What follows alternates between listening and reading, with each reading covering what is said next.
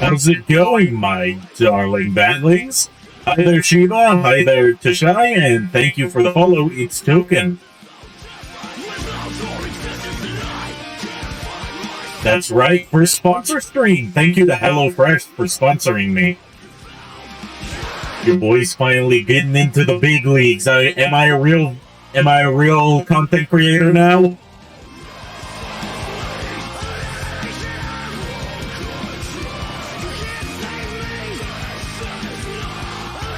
I'm all prepped for... Did you just throw a fish at me? Did you just throw a fish at me? I am all prepped for lots of fun tonight with Devil May Cry. I am a huge fan of the Devil May Cry series, even though I didn't really grow up with it, but I converted to Devil May Cry fandom within the past year. Well, not past year, within the past, how long has it been? 5 years.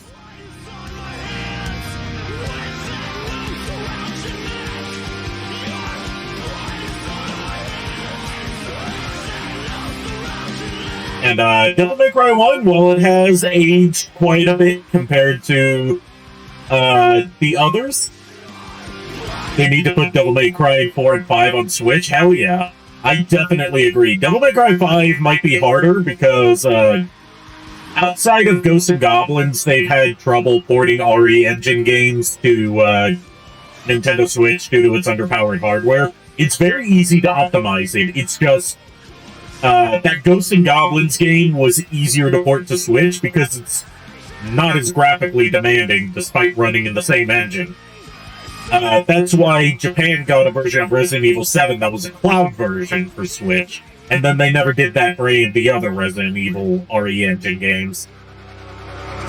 But Devil May Cry 4, especially the special edition, I got coffee! I got my coffee right here, I got caramel macchiato! I got an iced caramel macchiato! If they can put The Witcher 3 on Switch, they can put the MC5. Yeah. The difference is, Capcom has a history of showing that they're not really willing to spend money on larger carts.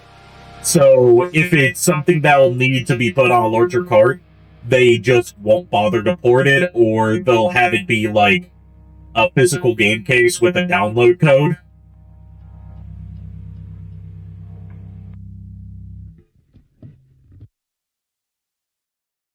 Like, even with The Witcher 3, they had to cheese grade off a lot of edges to get that, 1, running on Switch, and 2, to fit onto a 4GB cart, which is one of the cheaper ones you can get.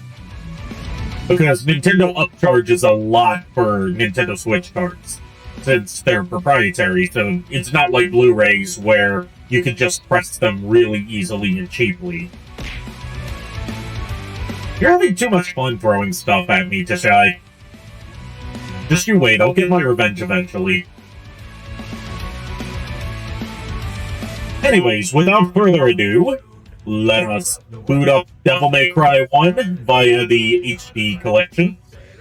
On PC, I got this modded to run at 4K, but you won't be seeing it in 4K, but it'll be 4K on my end, so that's what matters.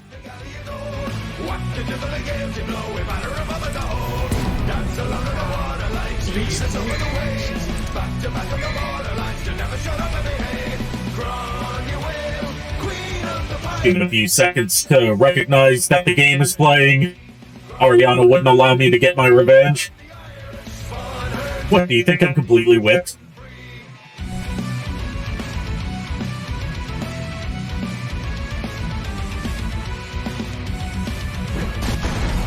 I always love this intro. Oh, and I've gotta stop the music too. I almost forgot about that. That's a good song though. It reminds me of Hailstorm. Heavy Hailstorm vibes from that one.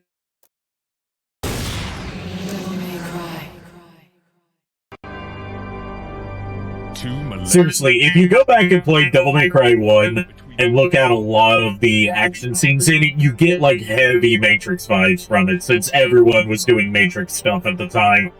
Even Fairly OddParents had a Matrix parody in its second episode. His name was Sparta. Later. And for the record, this will be the beginning of an ongoing series where I play through every Devil May Cry game. So it won't just be Devil May Cry 1. We're gonna work our way up, and yes, that includes the reboot.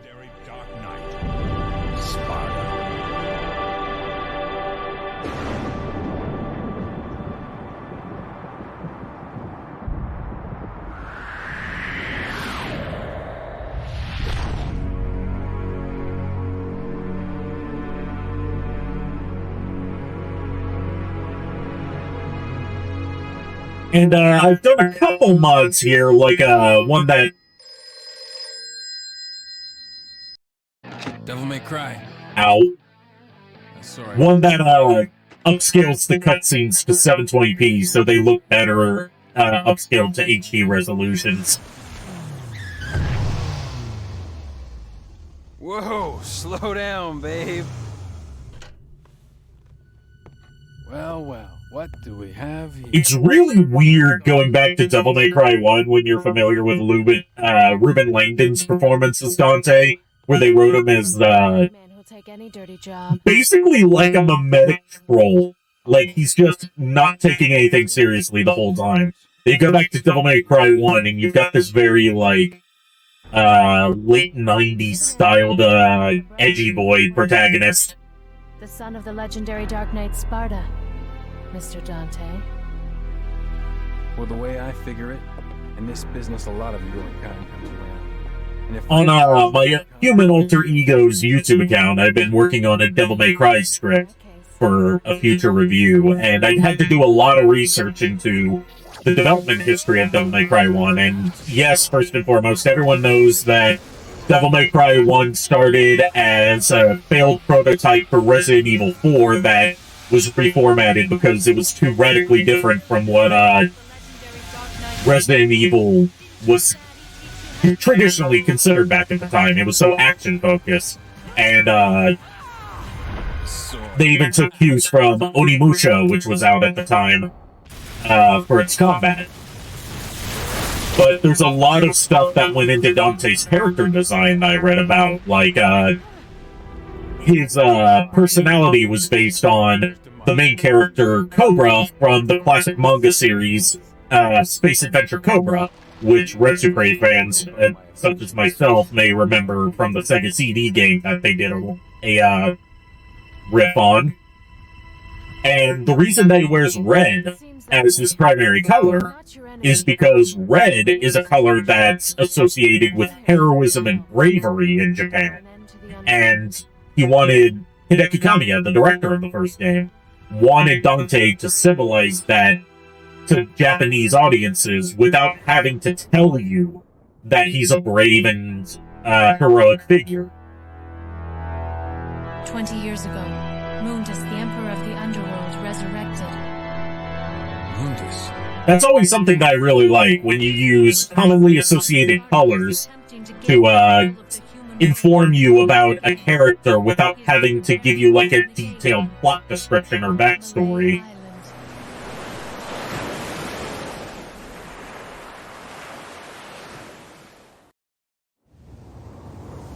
Not that Devil May Cry 1 is particularly known for its story. So, Hideki Kamiya, outside of Resident Evil 2, seems to take a very gameplay first, story second approach to game design, which I can appreciate. Devil May Cry 1 is very much like that, and we would see Bayonetta carry on that kind of tradition, where the story takes a backseat to just anything cool that can happen.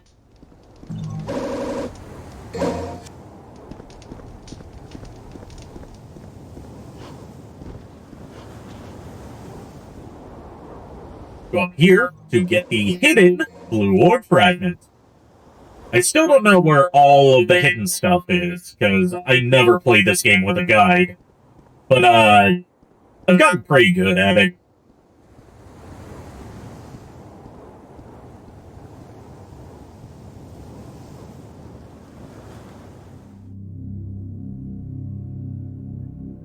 You can also get, like, heavy Resident Evil vibes from Devil May Cry 1 in particular, with, its structure, its setting of a castle, which is, not too dissimilar to the mansion setting from the original Resident Evil, being able to observe objects and get little color commentary from Dante, similar to how you would inspect everything in, Resident Evil. Also, this game is very stingy on red orbs, and it's Devil May Cry 2 does it too, but it's one of the only games where red orbs are also used for opening specific doors, instead of just used as currency for buying upgrades. That's a mechanic that I am very glad Devil May Cry 3 dropped. Like, Devil May Cry 2 only has one instance of having to pay your way through a door. But, Devil May Cry 1 makes more liberal use of it.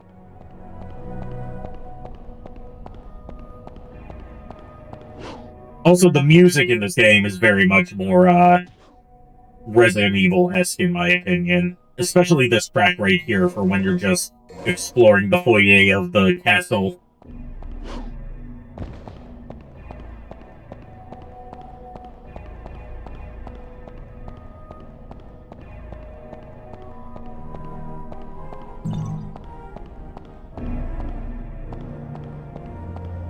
I think we just need a few more, just a few more, and then we will be ready to move on to the next room.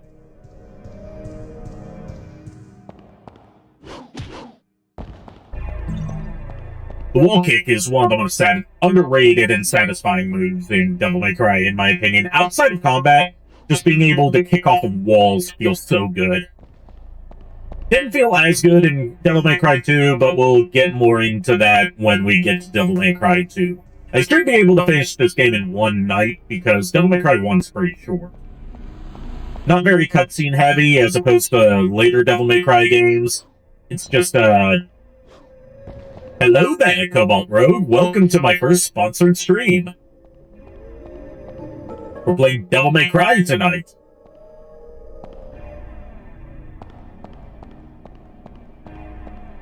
No, for those who have been keeping track of my recent affiliate grind, Twitch currently has a 24 to 48 hour delay on, updates for, like, your insights. So, even though I should be an affiliate now, I'm technically not, because I have to wait for Twitch's end to, catch up to everything that's happened.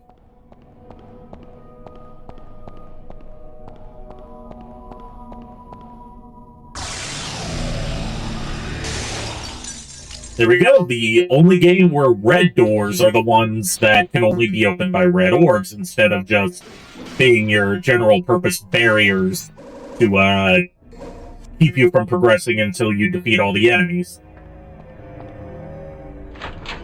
It's very interesting to go back to early games in iconic franchises to see where they started from and how much they've evolved and changed over time, in my opinion. Like, I love doing that with Resident Evil 1 when I went back to play the PS1 games for the first time. And Devil May Cry was also similarly interesting in that regard. Having started with Devil May Cry 3, personally. Because I got into Devil May Cry I got introduced to Devil May Cry first and foremost just through magazines, but my first experience playing a Devil May Cry game is the same way that I got into it, that I got into Resident Evil, which was through a friend of mine in middle school named Robbie. When he got his first PS2, he picked up a whole bunch of games from GameStop for super cheap, and one of them was Devil May Cry 1 and Devil May Cry 3, and he let me borrow Devil May Cry 3. I didn't beat it, I think, but I liked what I played. Also, the stylish meter is, like, so easy to abuse in this game because it only goes down if you're hit or if you take damage. It's not like Devil May Cry 3 onwards, where it also goes down if you keep spamming the same combos over and over again. Not that Dante has very many combos in Devil May Cry 1.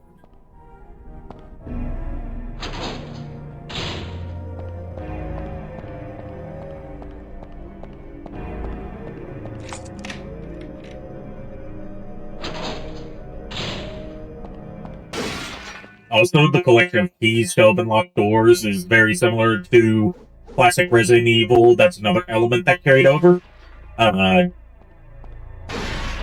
Whereas later games would either have you solve a puzzle to progress, or just kill all the enemies to progress, or occasionally find like some sort of mystical artifact that's essentially a key, but not labeled as a key.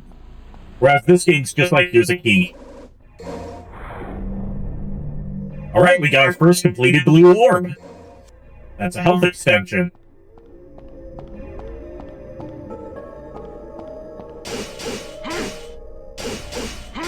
One gameplay mechanic that I always have trouble adapting to when I go back to Devil May Cry 1 is that you can't just fire your guns willy-nilly. You have to be locked onto an enemy or in the air to fire your guns. Unless you're playing on easy mode, but who plays Devil May Cry on easy mode?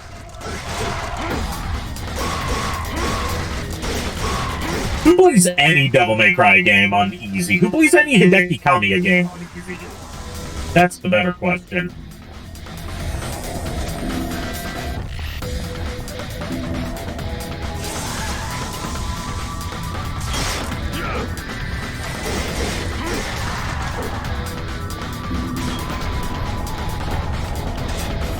Also very Matrix-esque music in the fights in this game.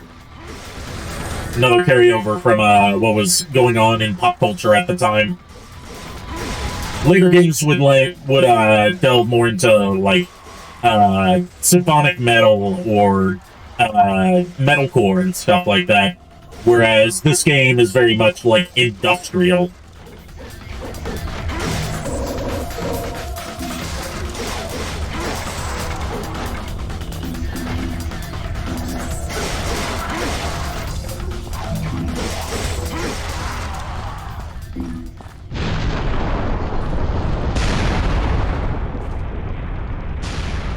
I also remembered to put the limiter on this time on my desktop audio so it doesn't blow your guys' eardrums out like it could have last night when I ran into those emulator errors.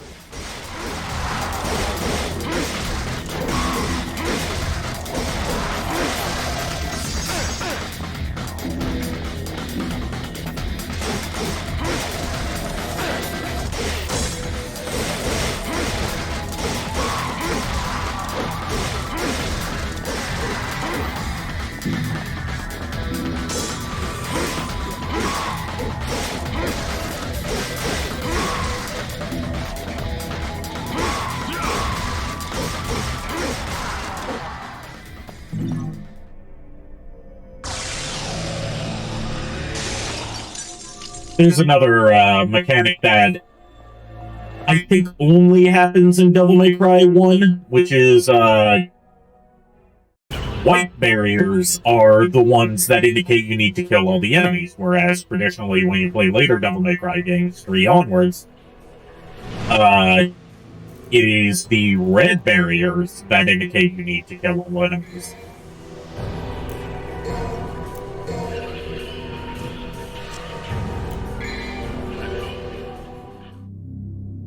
Mission 2, Judge of Death.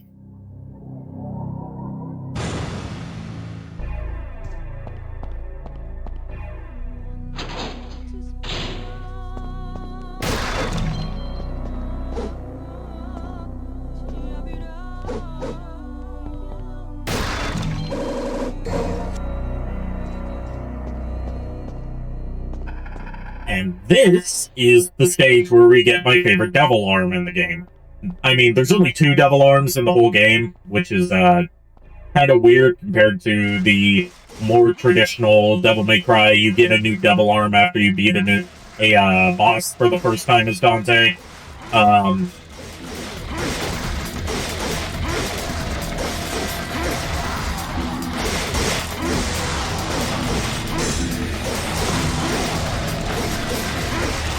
But Alistair is my favorite devil arm in this game because it's so speedy, and I prefer fast. I prefer to play a speedy character over a tank.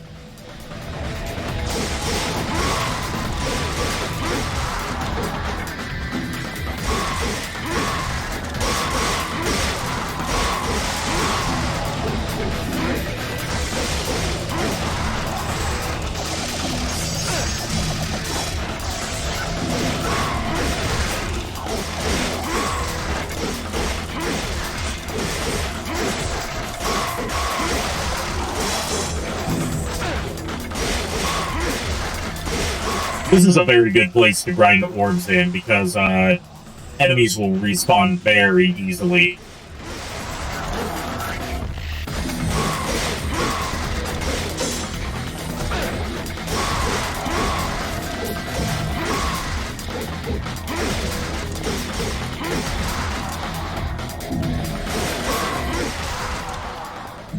There's something else I've been thinking about streaming lately. Because I just recently got the controller for it. And, that would be old Guitar Hero games. I think that would be fun. I'm not particularly good at Guitar Hero, but, you know, just for, like, casual play, as opposed to, like, a Sai who's just an utter god at Guitar Hero. Dude just recently finished, FCing every on-disc song in every Guitar Hero game. Wait, I can hear a voice. I am Alistair. The weak shall give their hearts and swear their eternal loyalty to me.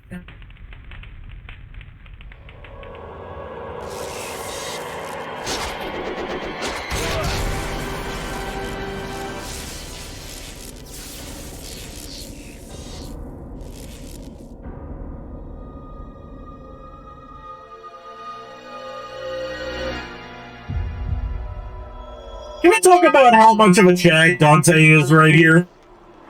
Dude doesn't pull the sword out of his chest, he pulls himself off of the sword.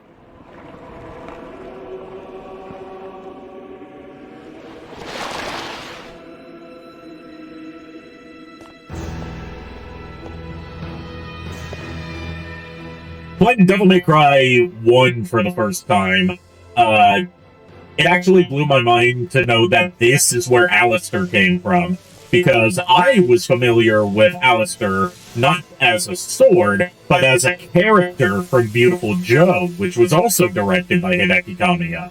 And the PS2 port of that game, which featured Dante as a playable character with his own story, said that the Alistair from Beautiful Joe is the demonic spirit of the Alistair sword, given a physical form.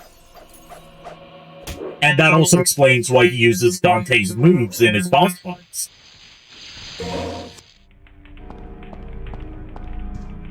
Also, Dante's story mode also confirms that the reason Dante acts so weird in Devil May Cry 2 is because that wasn't actually Dante, it was Enzo pretending to be Dante.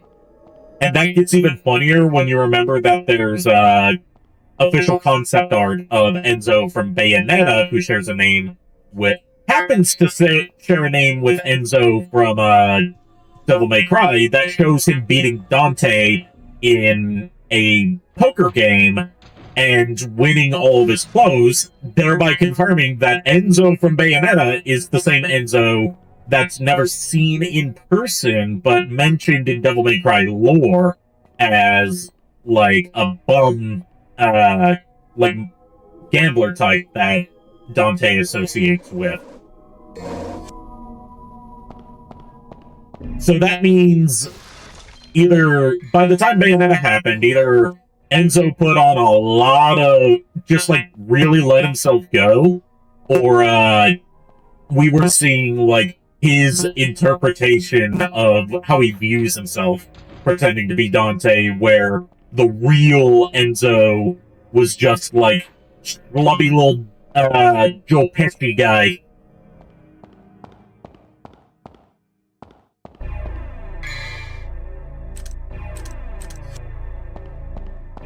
Just making sure I got the key in here. I kinda lost track while I was going on that tangent.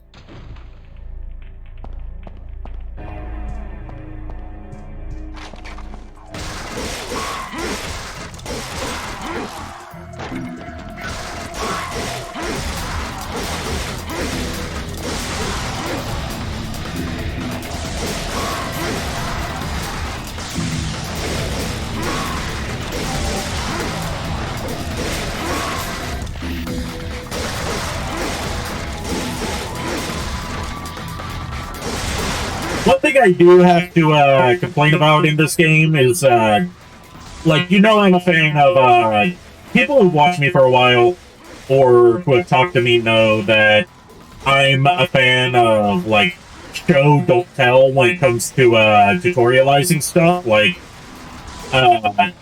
my favorite way of introducing new mechanics to the player is not through, like, walls of text that tell you outright, press this button to do this thing. I prefer when they get creative with it. But this game really doesn't tutorialize double trigger at all. It's just you suddenly have it once you get Alistair, and it doesn't really tell you what double trigger does, or how to activate it, or that there's double trigger specific abilities. You have to go to a menu to figure out how to actually activate them, because the store where you buy them doesn't tell you how.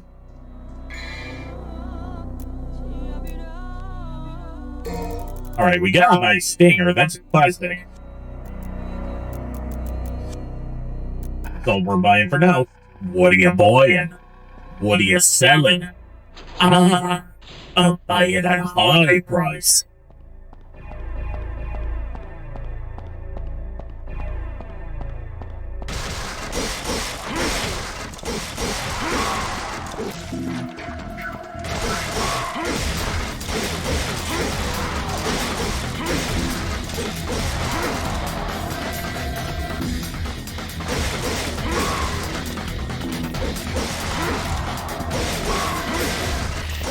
Expect to see me grinding red orbs from respawning enemies very often in this game, because this game's extremely stingy with red orbs, like I said before.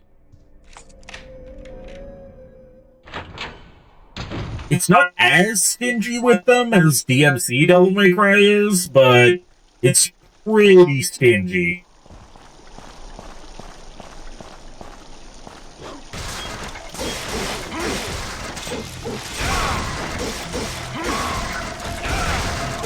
God, Stinger is such a satisfying move to use in this game.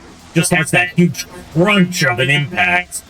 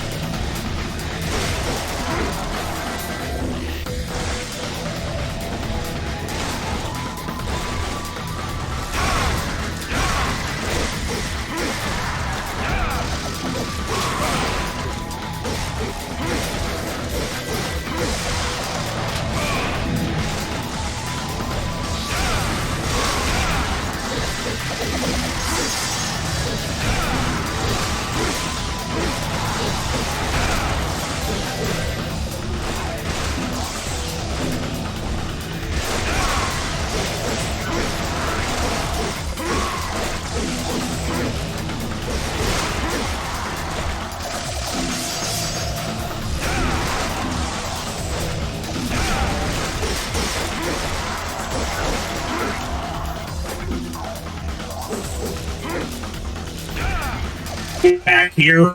Don't you waddle away from me.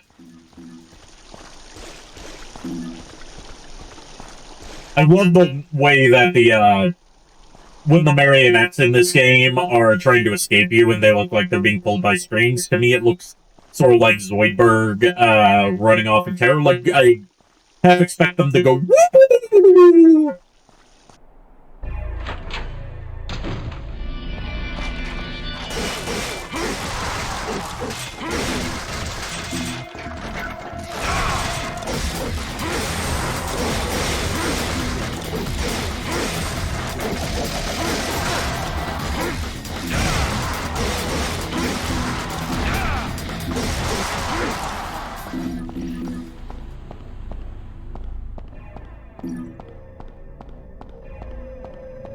Also, I'm sure to Kai's disappointment, she will see that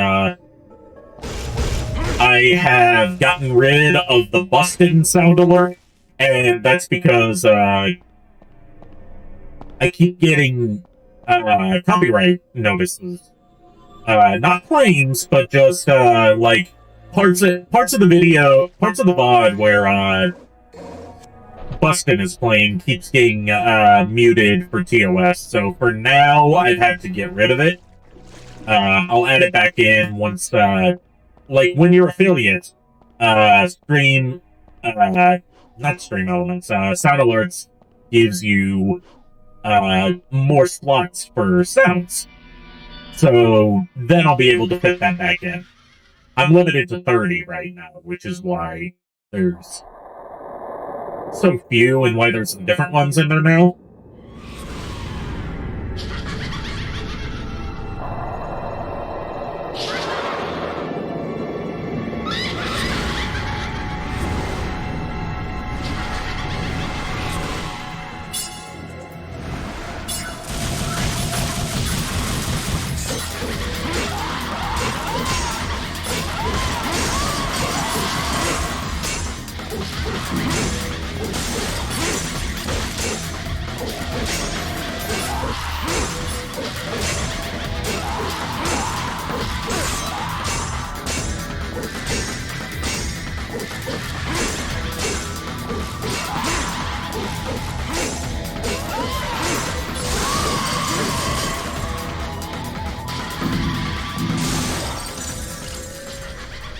Alright, doors open, let us continue.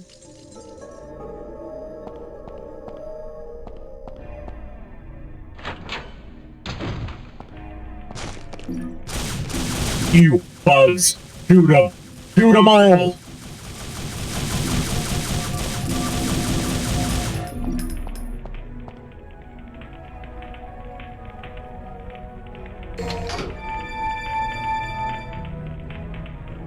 Take a sip of some coffee. Coffee. Who wants coffee? I got caramel macchiato here. I picked it up, iced caramel macchiato in a carton. Was buy one, get one free. So I had to pick up two of them.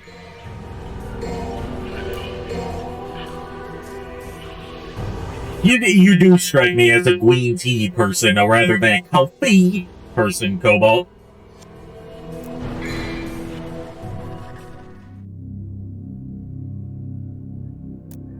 Alright, let's get another blue orb. That should be enough for now.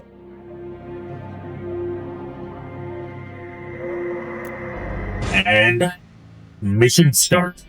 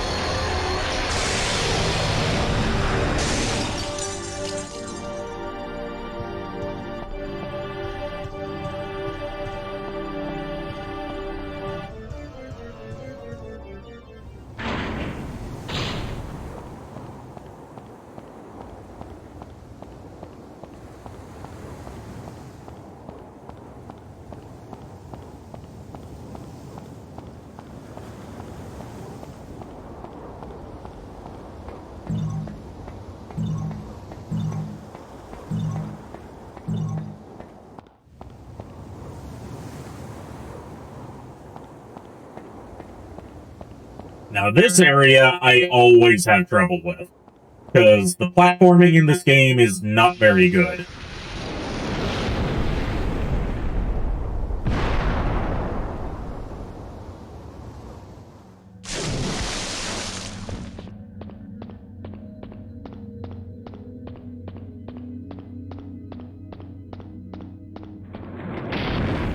Oh no, it's a skeleton!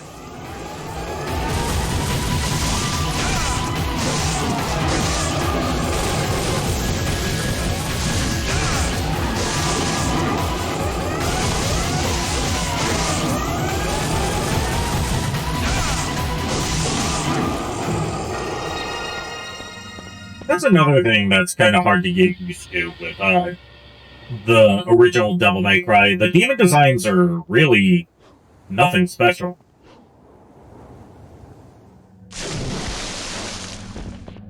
Like, you got marionettes, you got lizard men, you got skulls.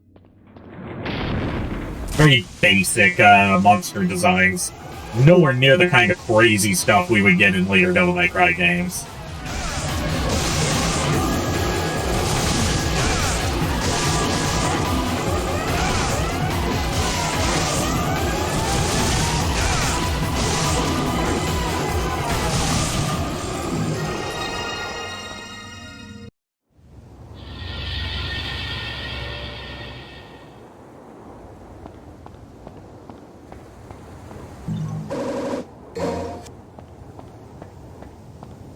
Alright, now let's try to hop our way back. Fingers crossed.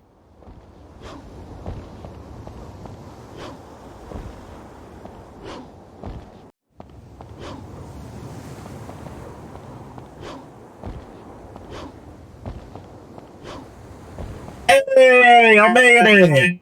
Awesome! Now it's time for our first boss fight against, what's his name? Phantom. Phantom. Which is a weird name, considering his character design. He doesn't really strike me as a ghost.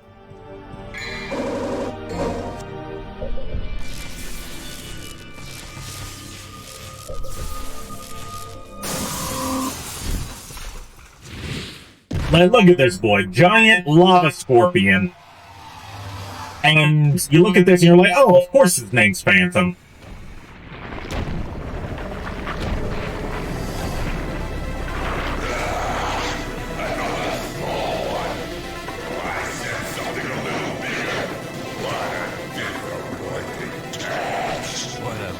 Surprise. I hope for your sake you got something inside that big body of yours.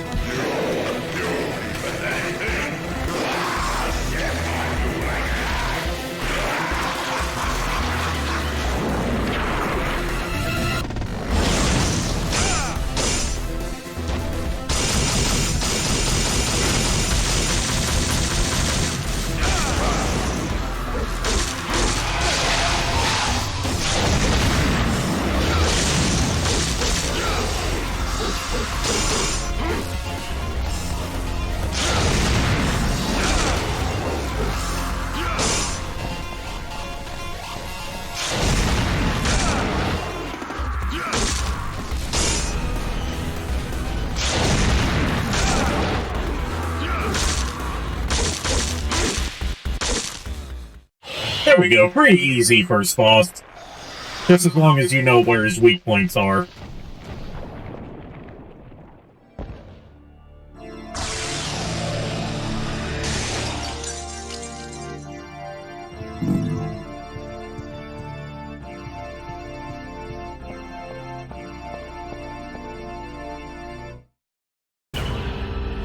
And there we go, mission completed!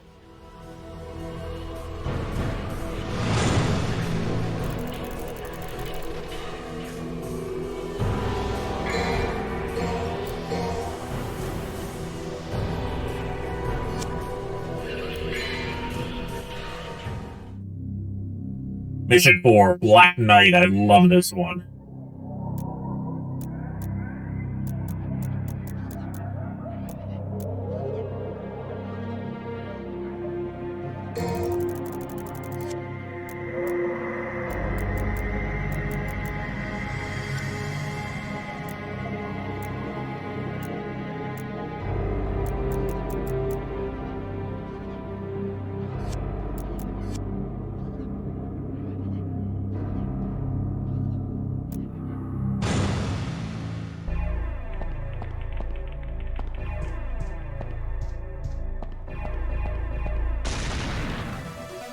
Oh no, here he comes!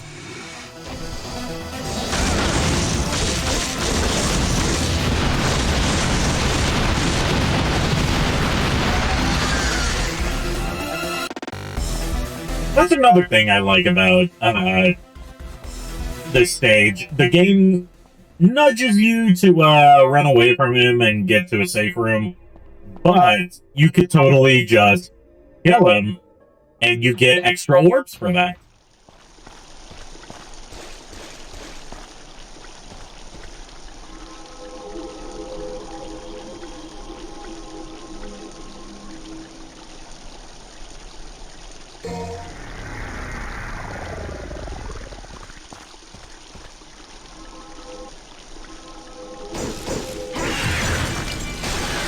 Alright, here's our first mini-boss.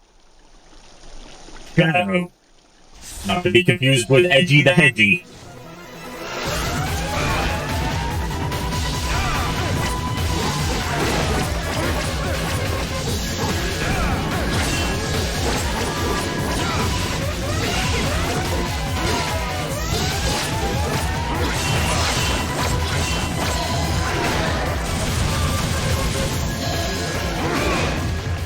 Oh, I'm dead.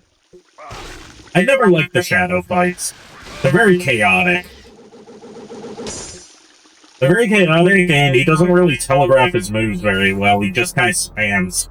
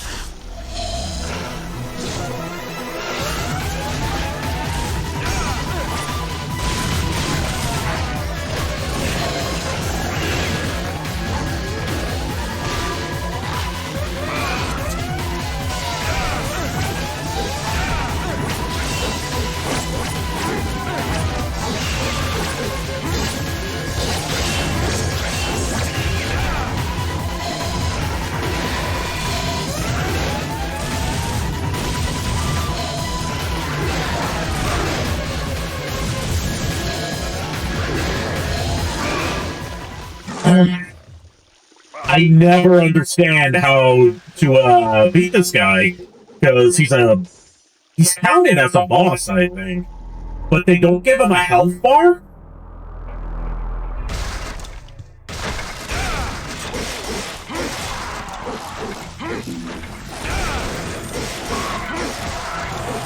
And you have to fight him twice throughout the game.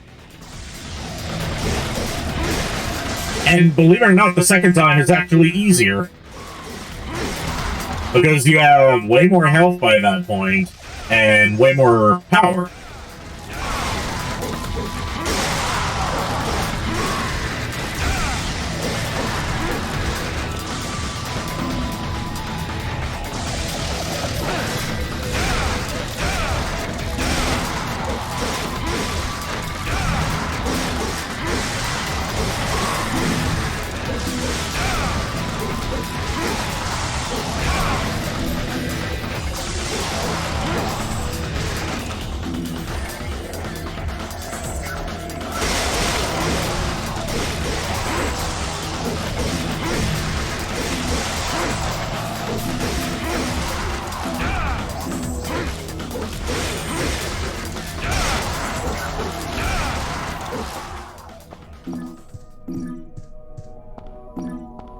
Alright, I've got a pretty good amount of orbs here, so let's buy either a new ability or another upgrade.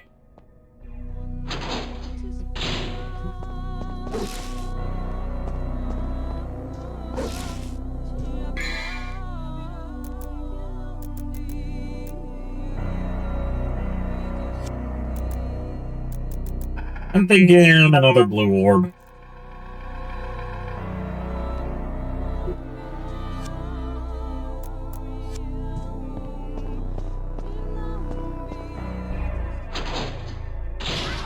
And then we will grind a bit more.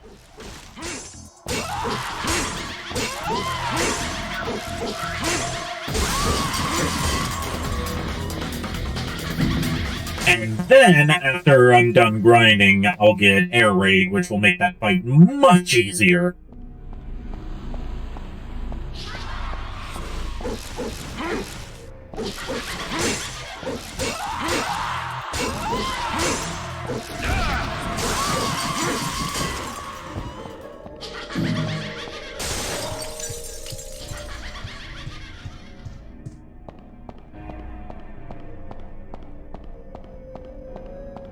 This is something I don't like about the first Devil May Cry. There's a lot of grinding involved to get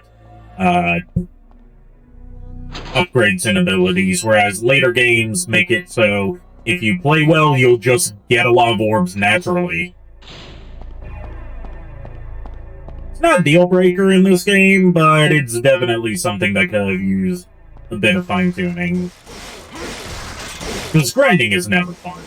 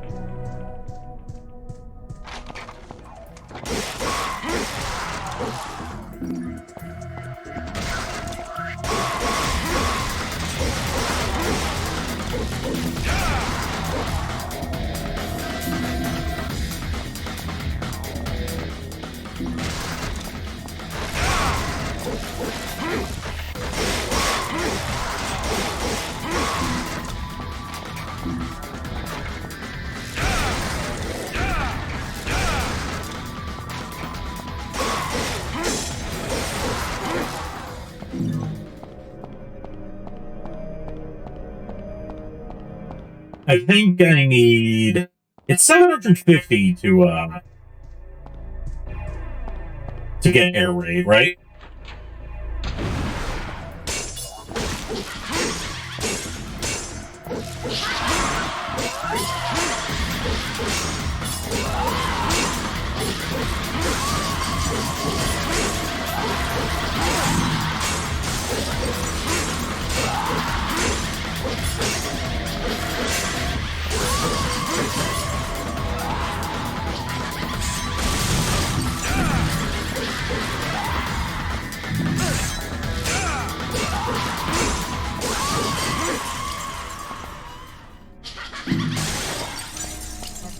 Yes, we got enough.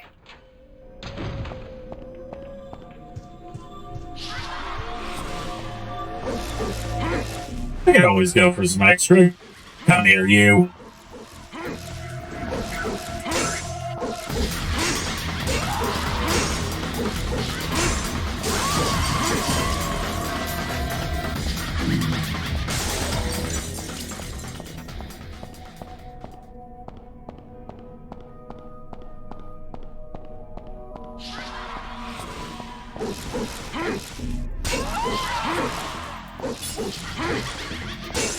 Get out of the wall and fight me.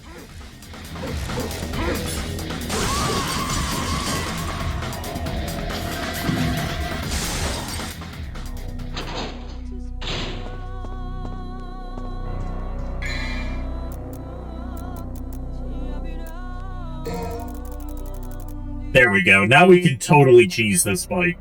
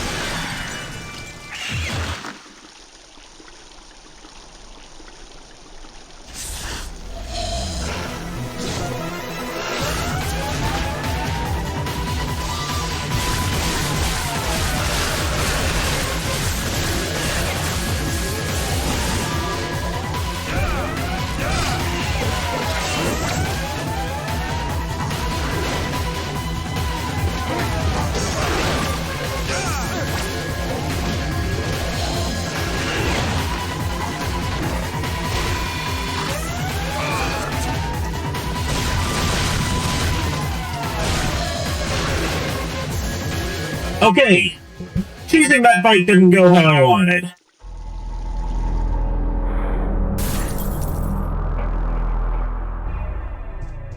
I really don't want to waste all my yellow orbs right here.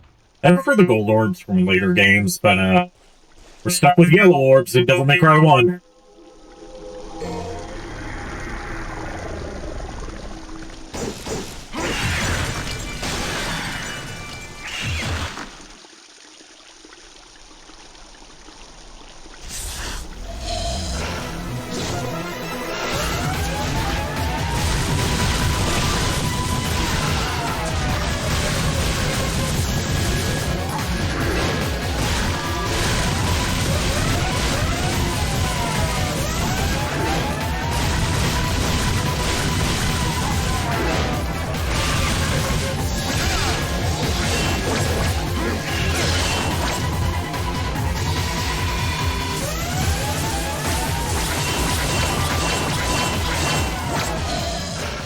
Okay, he decided that he's just going to die now. Thank you for having mercy on me.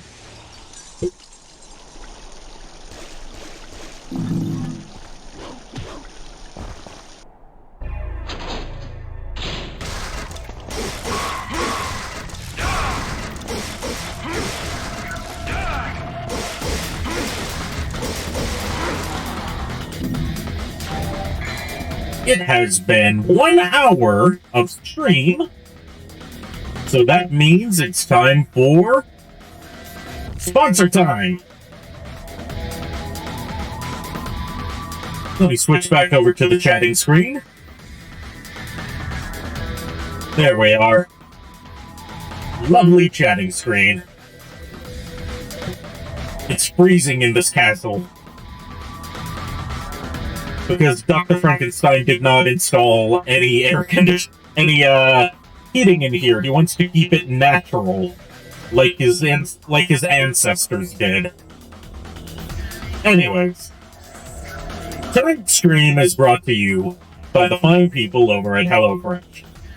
For those of you that don't know, HelloFresh is a meal subscription service where they send you the ingredients you need to make delicious meals of all sorts of different types.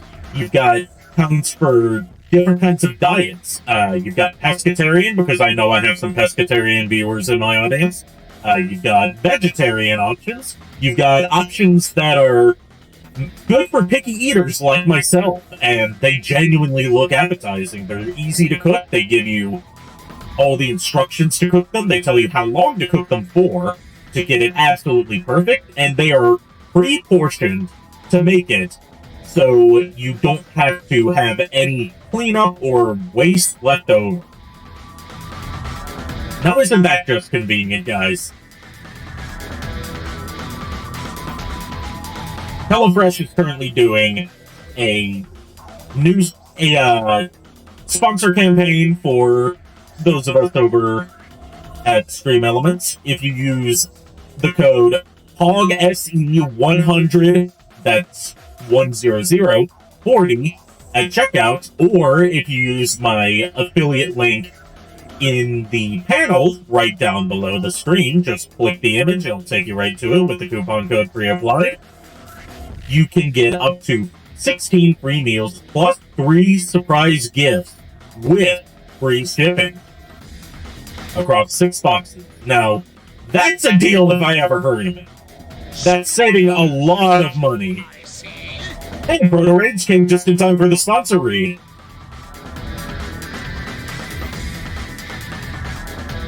I'm probably going to be using this service from now on with the coupon code that they gave me, because I myself have been wanting to get into cooking so I can eat healthier instead of relying on frozen processed food like I usually do, and to help expand my skill set, maybe learn some new things. HelloFresh makes it easy by pre-portioning everything for you to fit the exact amount of people that you're going to be serving, gives you all the ingredients that you need, and gives you precise instructions on how to cook everything. Pre-portioning means that you won't have a bunch of waste left over and you won't have to worry about not having enough. In my experiences with trying to cook things from scratch, I know that I've had instances where I have too much and I just have stuff that goes to waste. And I also know that I've had experiences where I don't have enough of something to cook it, so I just kind of have to wing it. HelloFresh is definitely something that can help you in that regard.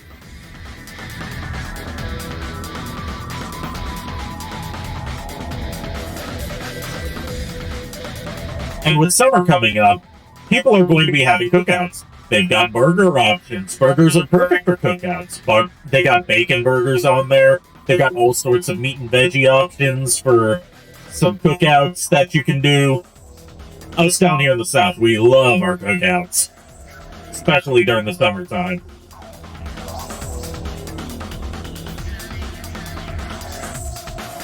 Personally, I would recommend, if you're a picky eater like me, I would recommend their family-friendly option, which has a set of meals. They rotate on a weekly basis for what's available, but they will send you meals that are kid-tested, kid-approved, which is typically what I like. If you're not too adventurous in your culinary aptitude, I guess you could say. They also have an option of quick and easy meals for those of you that just want something that you can cook quickly, that's not going to burn a hole in your wallet, and more importantly, is not going to fill you full of all sorts of nasty stuff like you would get from frozen processed foods. And if you find a meal on there that looks good, but the side that it comes with isn't quite to your taste, they recently introduced an option to swap out the side for something else that's more your style. Once again, HelloFresh offers all the options that you could possibly need for quick, easy, convenient meals for you and your loved ones, or just for yourself. Maybe fix two and save one for later. Use the coupon code POGSE140 for 16 free up to 16 free meals, 3 surprise gifts, free shipping, or you can use my link in the panel below. Just click on the image, it'll take you right there with it pre-applied.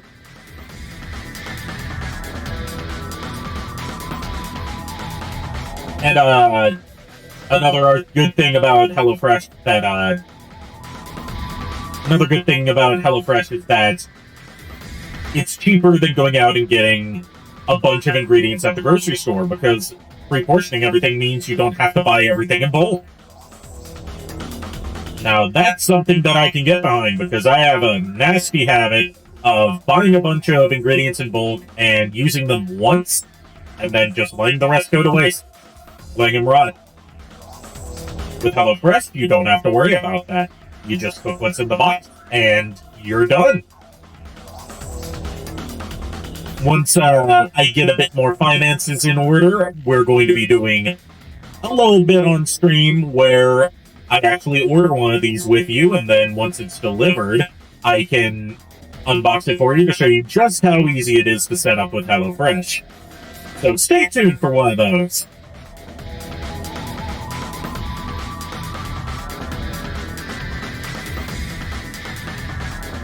And for those of you that are more environmentally conscious, I should say, HelloFresh has a streamlined supply chain that reduces the amount of middlemen involved in getting it shipped to you, and reduces on plastic usage, which is certainly something that I myself am concerned with right now. They're a carbon-neutral meal kit company, which no other meal kit company out there currently is. And their packaging is recyclable on top of it, so it can be reused for other products.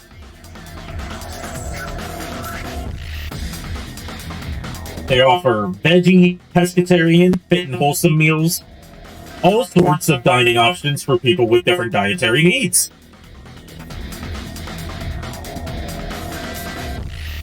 And think about it.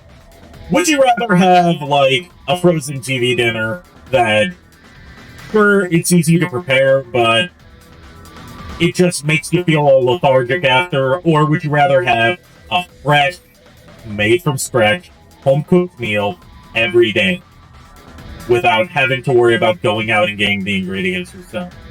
I know, as someone that's kind of a shut-in, that's an option that I very much appreciate.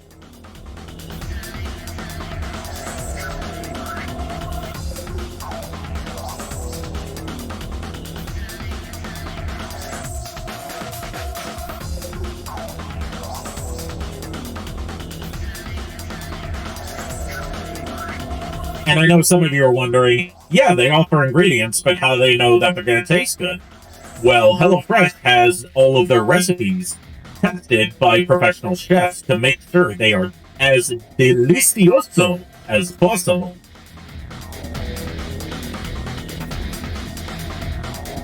And for those of you that are like me, that are absolutely clumsy and mess up on stuff all the time, heck, one time I managed to set butter on fire. I have actually damn near burned the house down multiple times, just trying to cook stuff in a skillet.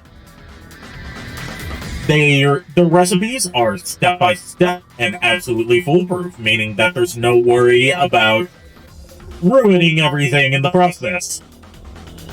It's 72% cheaper than going to a restaurant, according to a Zagat dining survey, so it saves you money in the long run.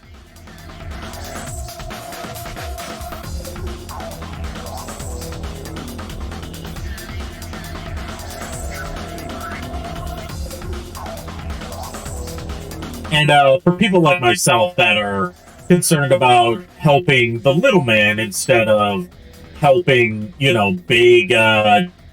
big multinational corporations, HelloFresh secures its produce sourced directly from U.S. farmers and picked at peak ripeness. It's from the farm to your front door in under a week, which means that their ingredients are fresh year-round. Now isn't that something to brag about?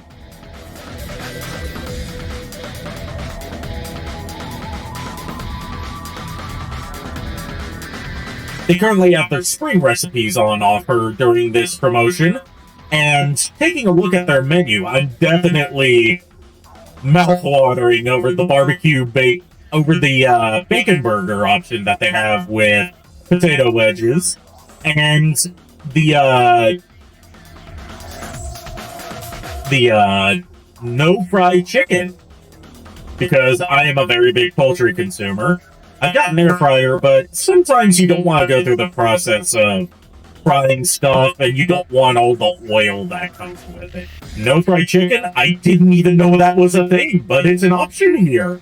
I'm definitely going to be picking that up once I get the chance.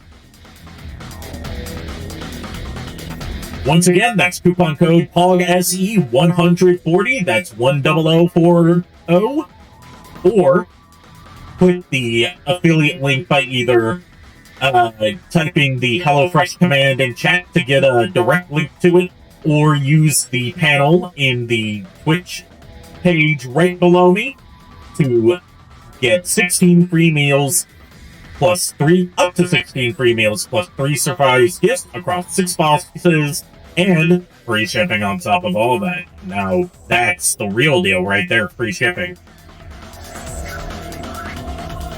This offer is only available to USA residents at the moment, so keep that in mind. But they do ship to other countries as well.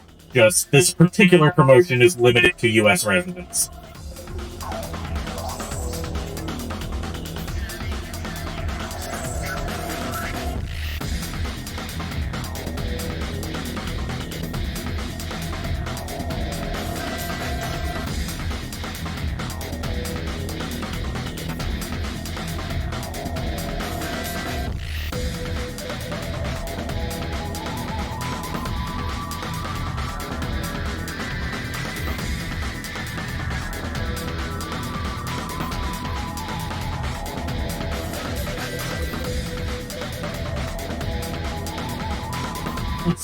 Ah, yes, I almost forgot about this. How can I forget about this?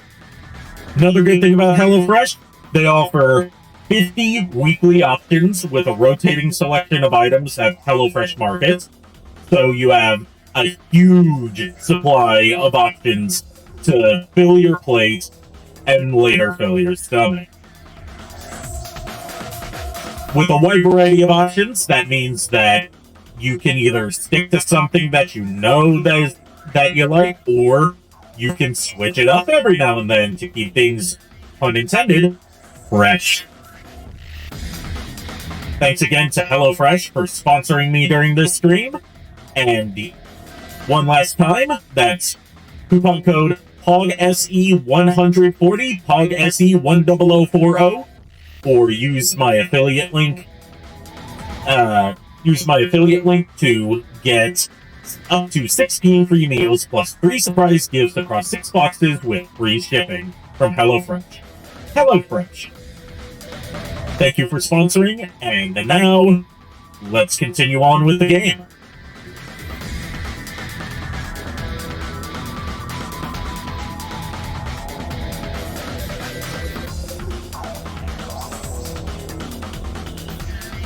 Can you guys tell I was nervous during that? I've never had to do an ad read before. But I think I did pretty good. Hopefully I didn't botch it too badly.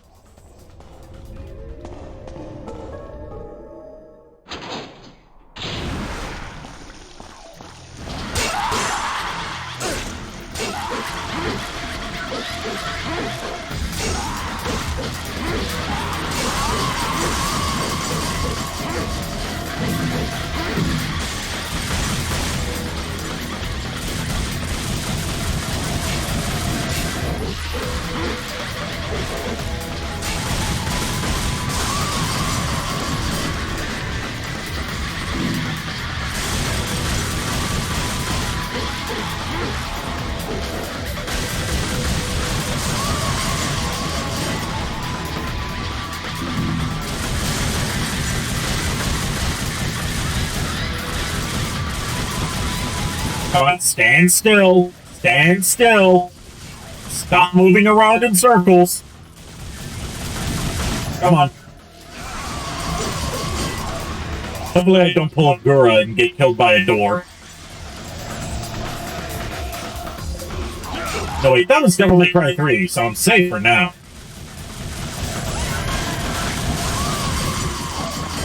Gotta watch out for those pesky doors in Devil May Cry, Gura.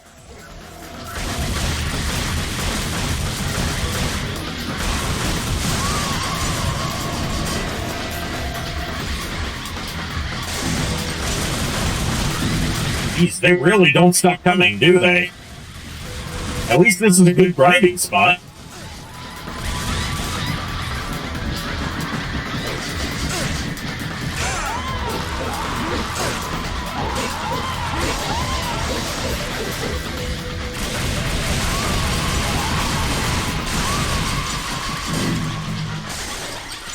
That was a surprisingly good grinding spot. I didn't even know about that before. Alright, let's continue on with the level properly.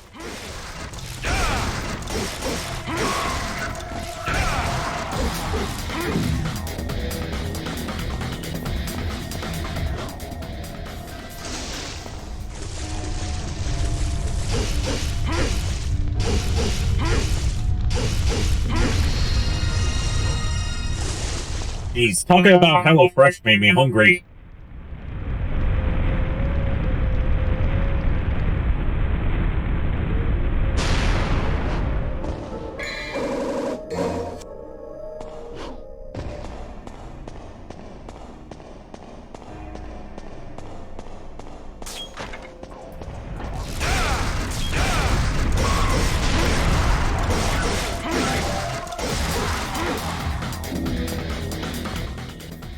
There we go, that's the room we need to get to.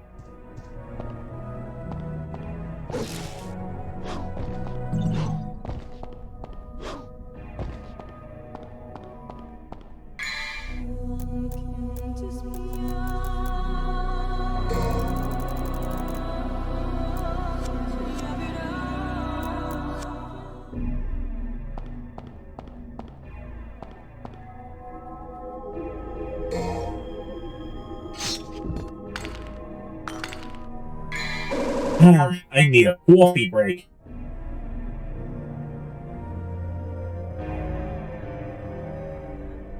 Who wants coffee? Anybody want coffee?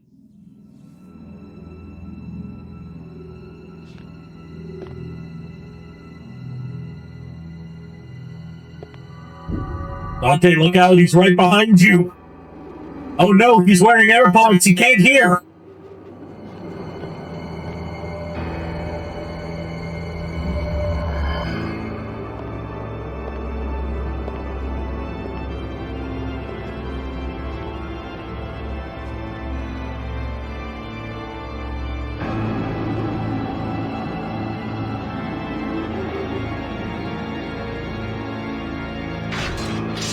Yeah, he is Nello Angelo, one of my favorite parts of this game. Was the last place I thought I'd find anyone with some guts.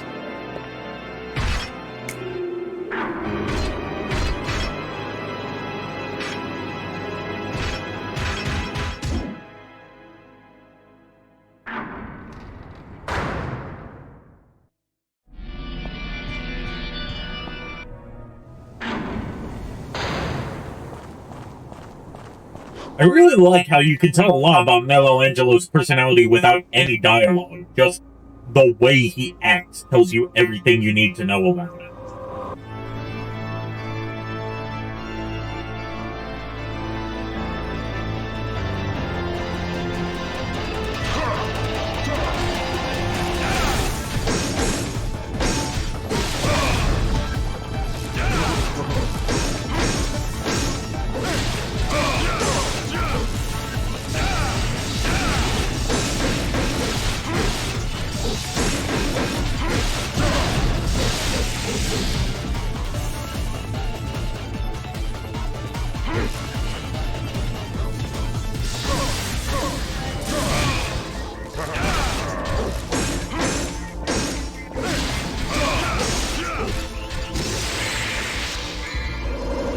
I mean, I have to use the Vital Star, that's gonna give me a penalty, but whatever.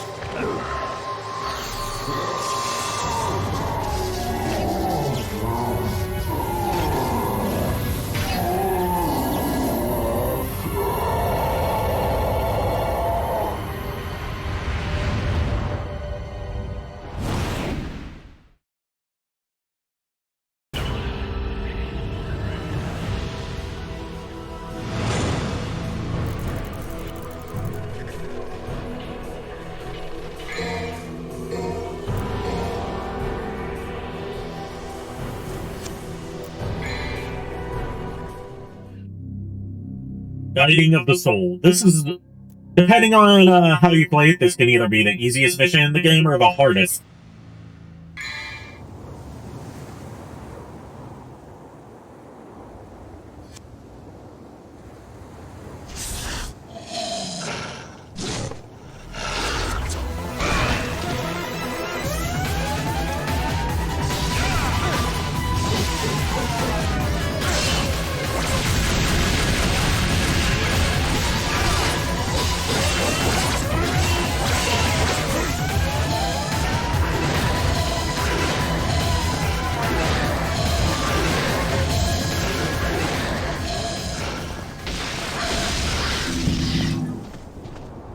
Okay, I think I understand how Shadow works now. He self-destructs after he fails to kamikaze. I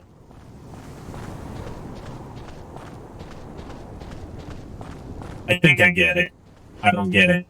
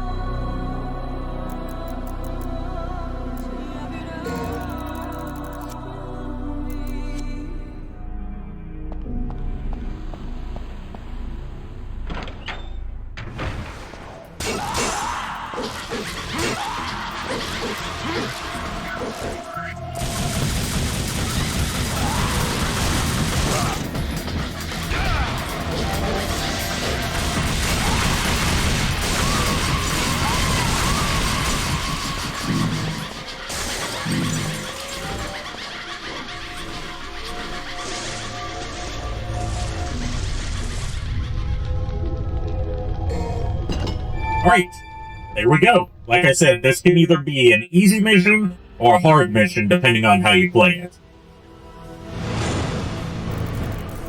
S rank, baby, yeah!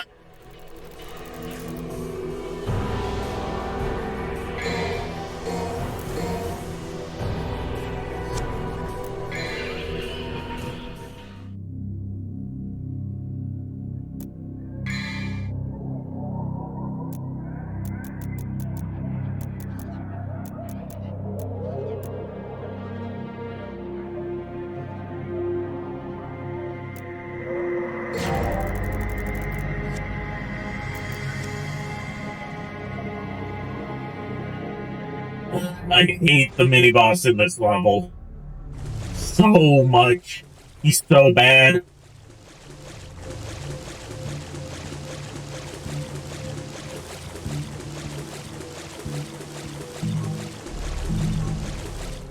Alright, here's our first red orb fountain. There's not many of them in this game, and they are nowhere near as satisfying to use as they are in, say, like, Devil May Cry 4.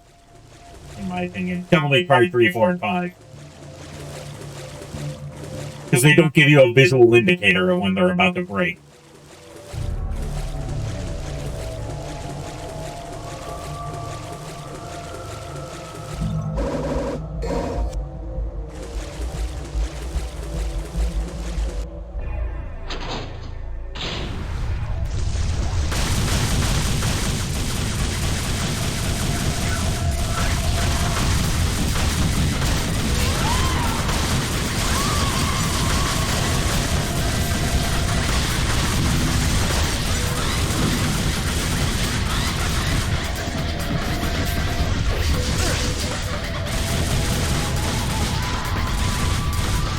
Come on. Stop it. You're being a butt.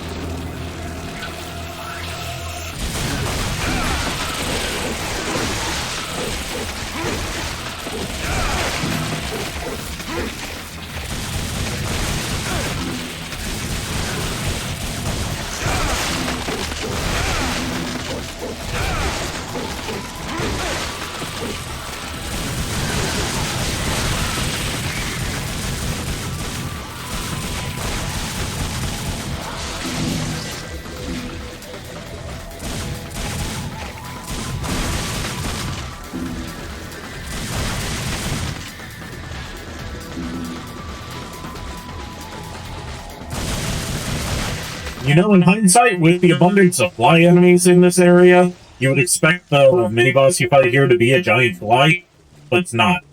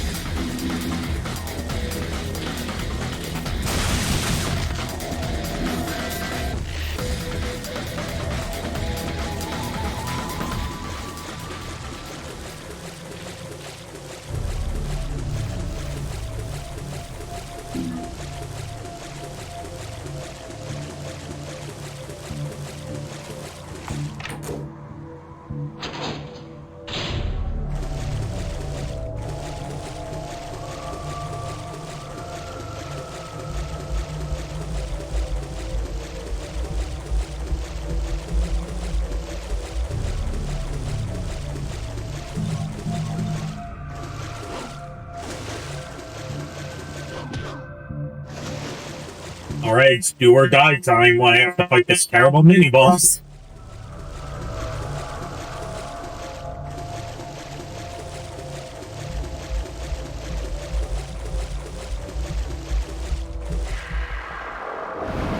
Yeah, you'd think that leading up to this would be a fight against a giant fly, but no, it's like a mini-boss version of, the scissor dudes we've been fighting so far.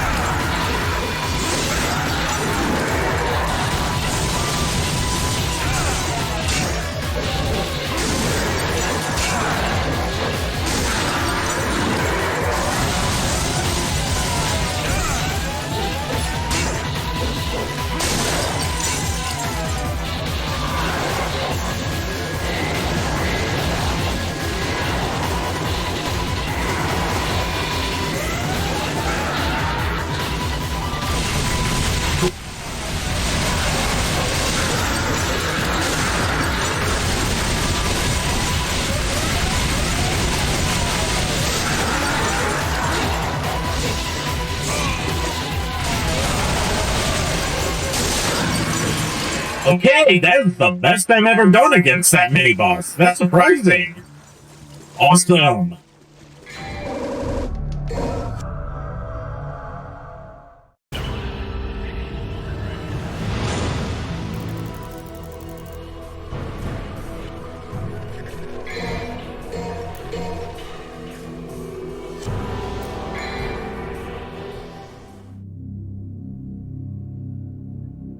This is another mission where it can either be super easy, like brain dead easy, or extremely difficult depending on how you play.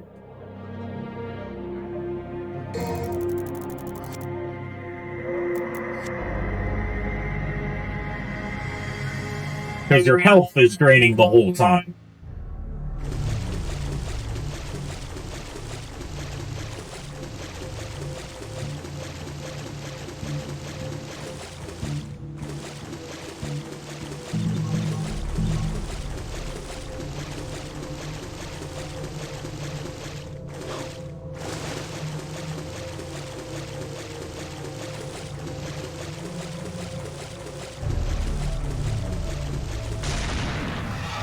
There he is! Phantom's back!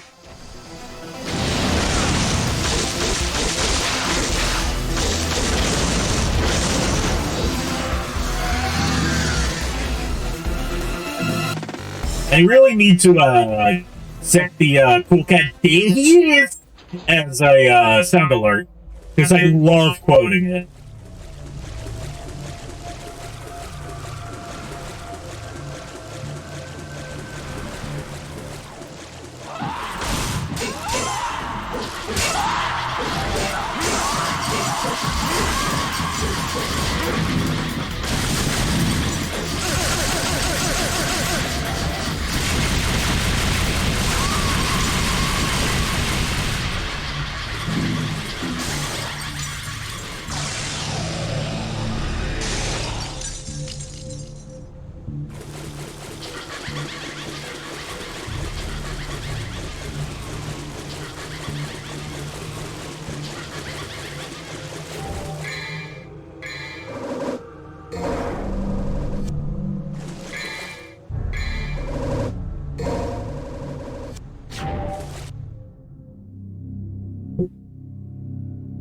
Oh no, I'm not doing this.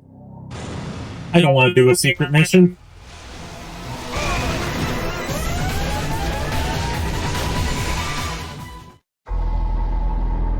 I don't care if I failed.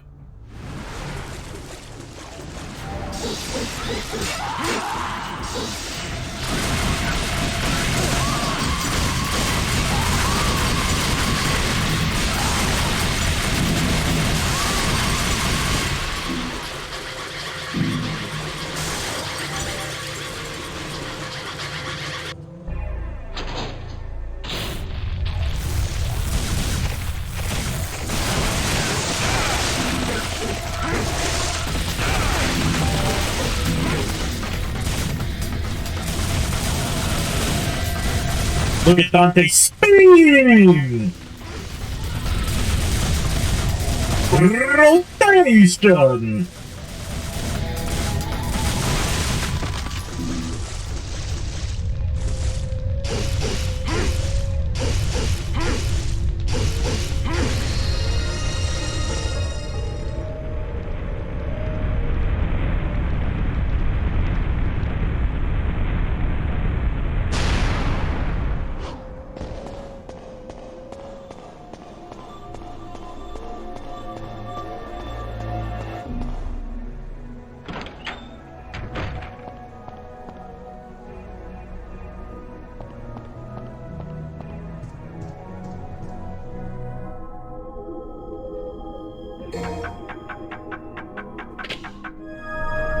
That's a spoopy looking sun. I don't trust that sun.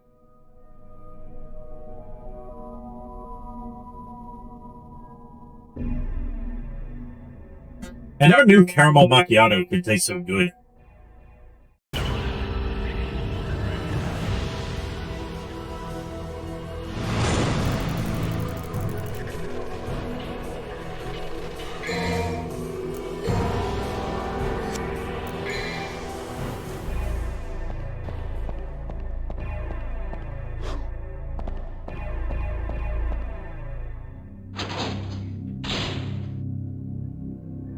The legendary Dark Knight returns.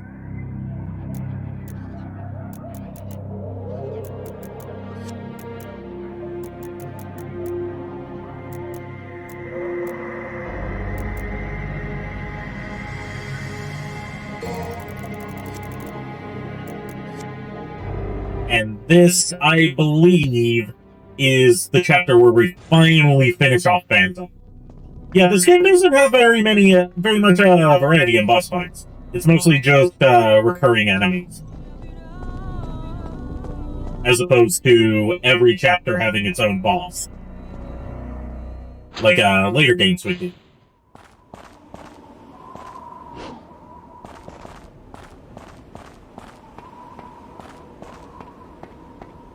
And then you get that especially weird moment in Devil May Cry 2 where Phantom shows up again out of nowhere as a boss that you have to fight with no story significance.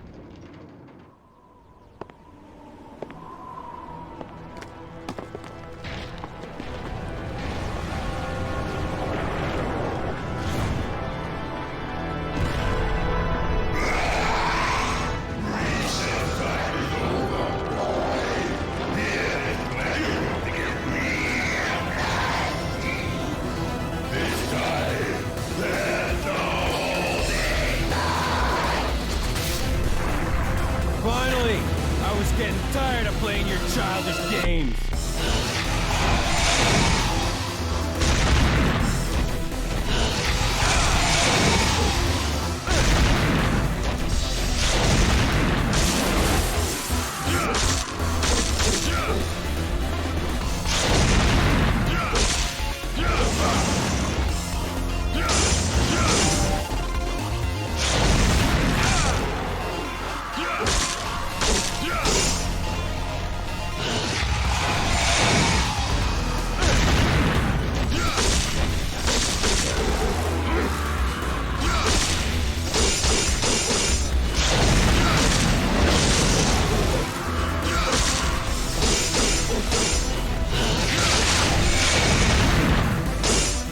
One more hit, you do it.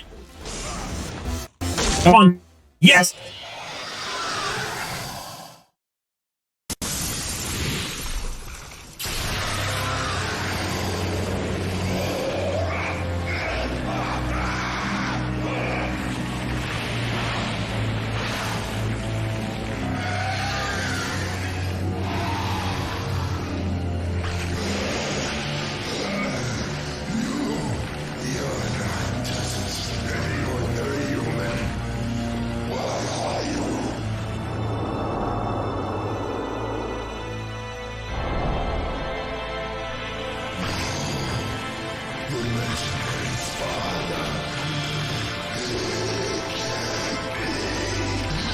You're right. I'm his son, Dante. Sweet dreams.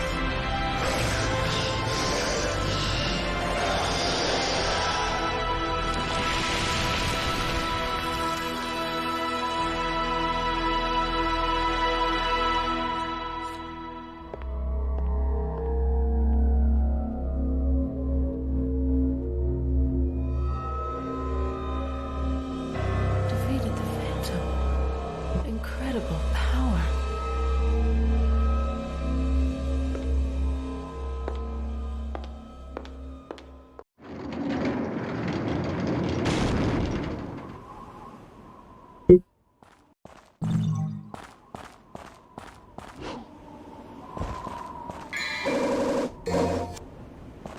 And then the Trident part. I hate the Trident part.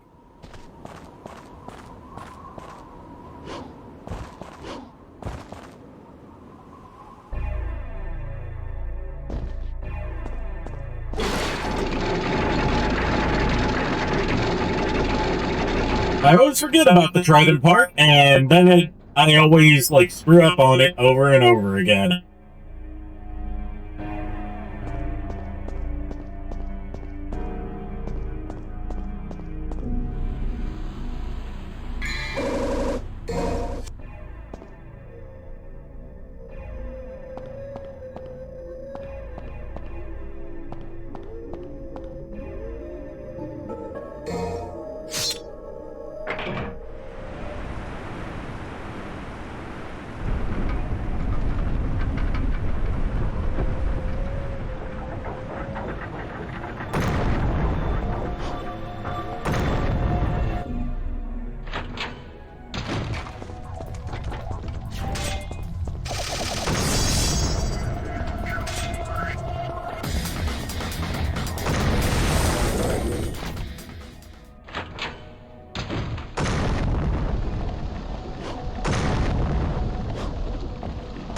Come on, let me through! Let me in! Let me in!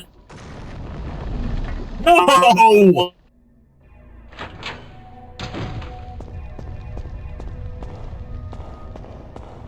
Angry. I'm angry at this.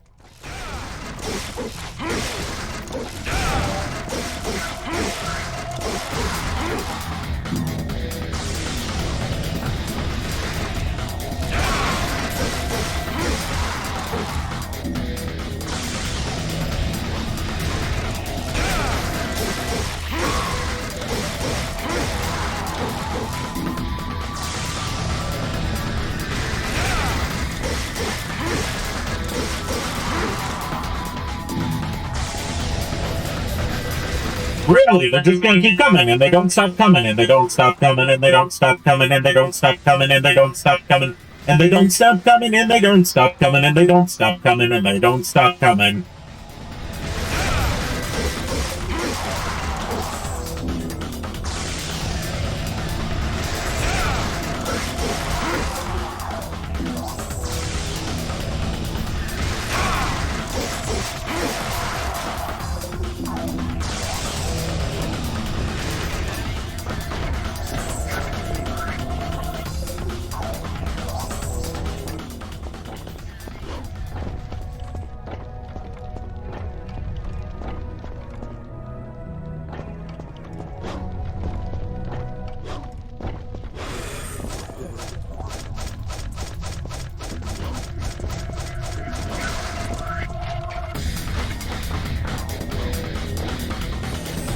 I was heading the wrong way the whole time.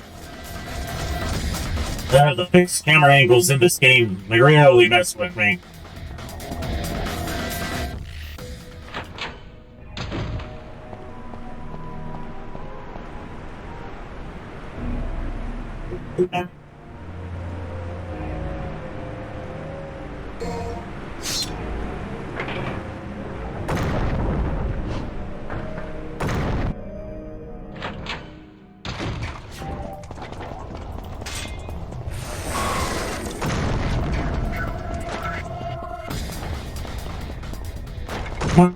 Stop.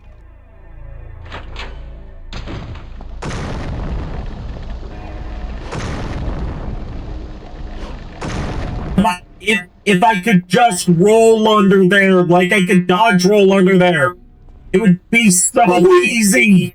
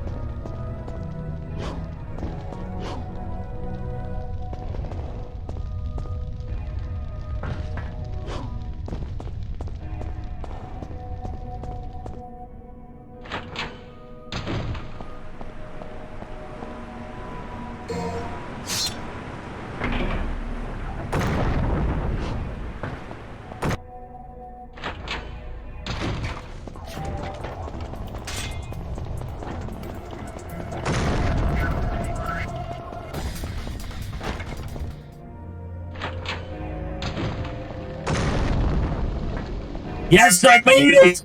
Finally! Free at last!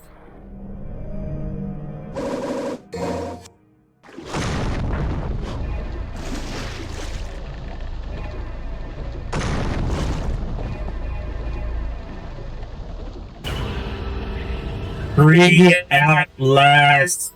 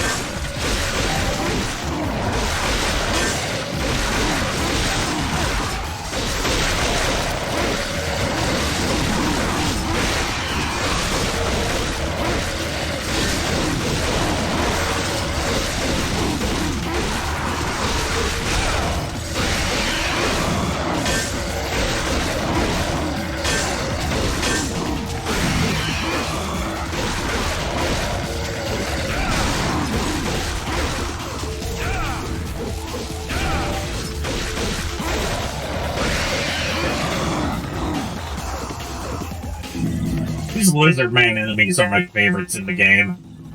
I don't know why. I just like them. Can't quite put my finger on it.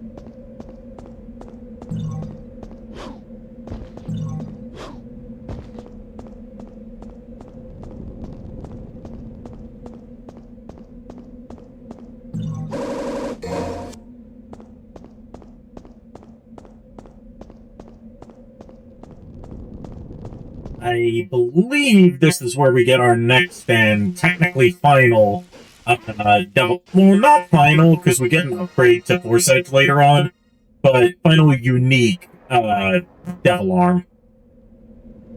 And I don't like it as much as I like Alistair, but I still use it anyway because weapon switching in this game is a pain.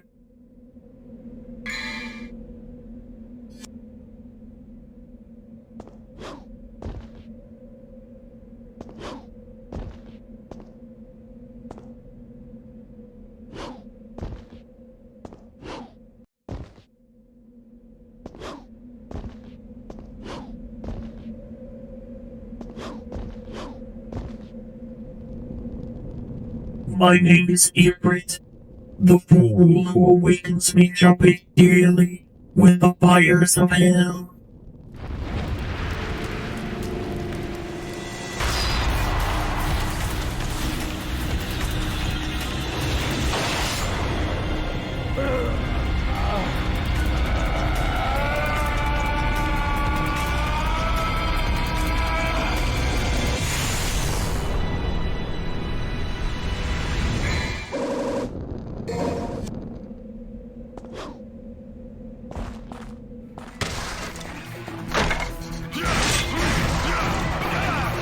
Yeah, the reason I don't like Ifrit so much is it's so slow.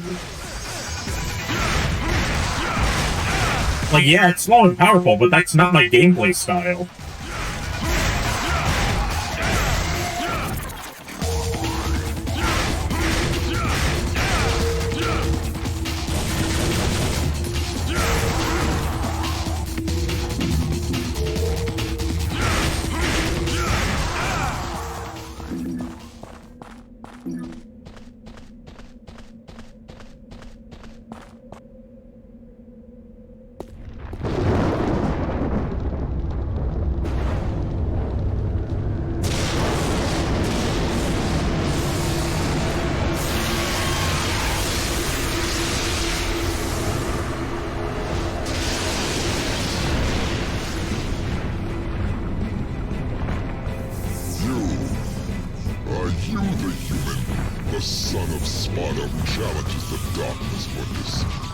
Block off, Featherface! Stick around and find out the hard way.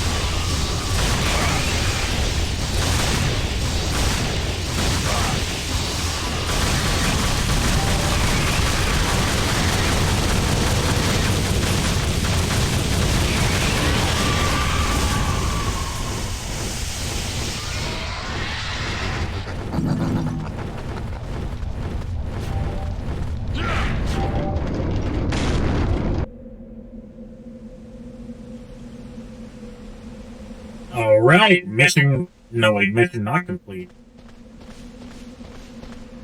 I thought we were done.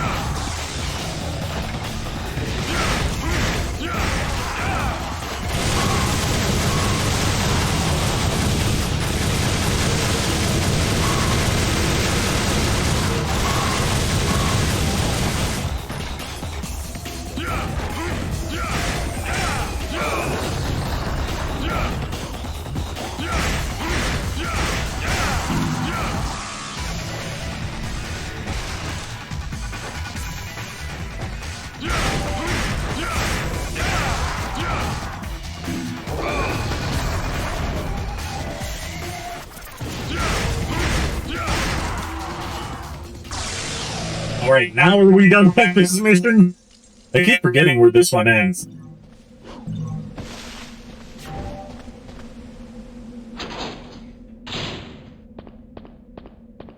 Nope.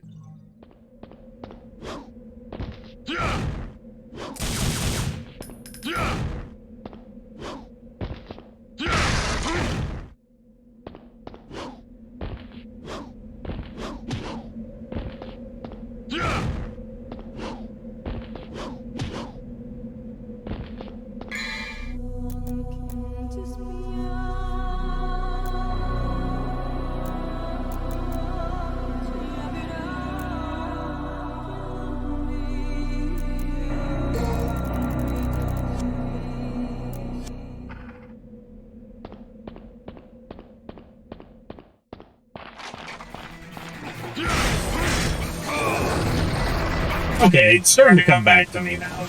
I can't believe I've forgotten. I just beat this game a couple weeks ago.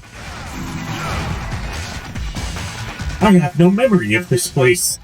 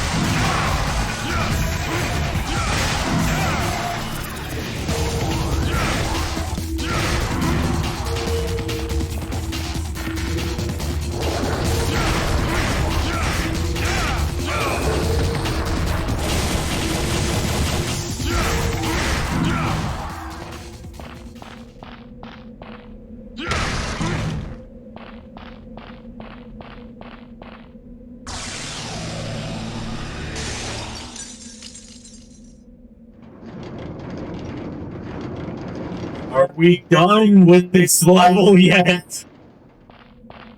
Sweet genius.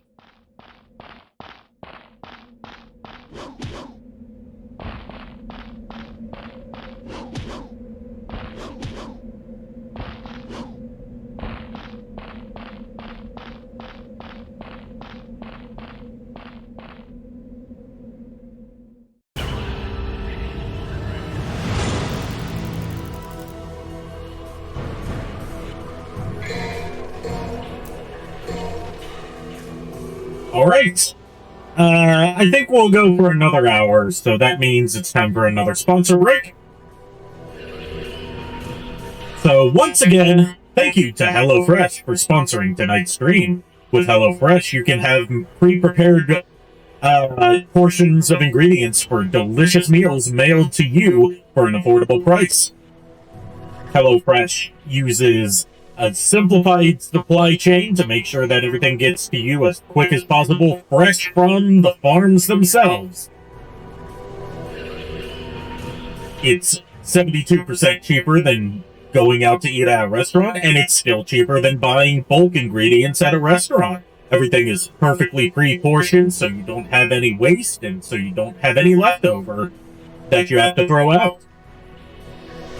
All of HelloFresh's meal kits come with step-by-step instructions to make sure that you cook your meal perfectly every time.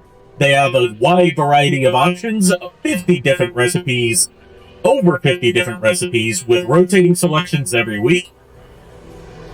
They have options for diets ranging from picky eaters like myself, carnivores who just need their meat and veg, pescatarian who don't eat meat except for fish, and veggie options for those vegetarians out there.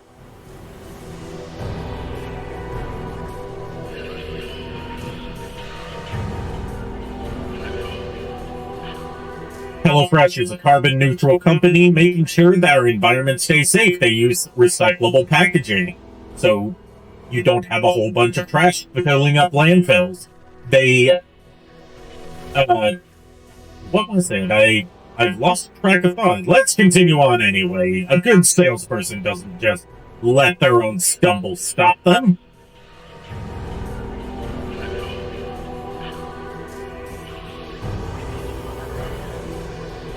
HelloFresh is currently offering their spring selection for the freshest ingredients available during springtime. And with summer coming up, I know I'm going to be doing some cookouts around 4th of July. Maybe pick up the bacon burger kit so I can get some delicious, juicy meat in my stomach. If you're a picky eater like myself, like I've mentioned several times before, they offer an option to swap out parts of the meal kit for other options that are more your taste. That's definitely a lifesaver for me. And as someone that's very clumsy and very prone to either burning stuff or accidentally starting fires when they try to cook stuff from scratch, HelloFresh offers foolproof instructions to make sure that it's cooked perfectly. All of their recipes are tested by professional chefs to make sure they are at peak deliciousness. Both, whether you're a culinary novice like myself or a professional who works in the service industry for making professional meals. Saving you a trip to the grocery store also means that you get the best offer, best deal, and convenience on top of it. They even have an option for quick and easy meals for those of you that don't want to spend 40 minutes cooking.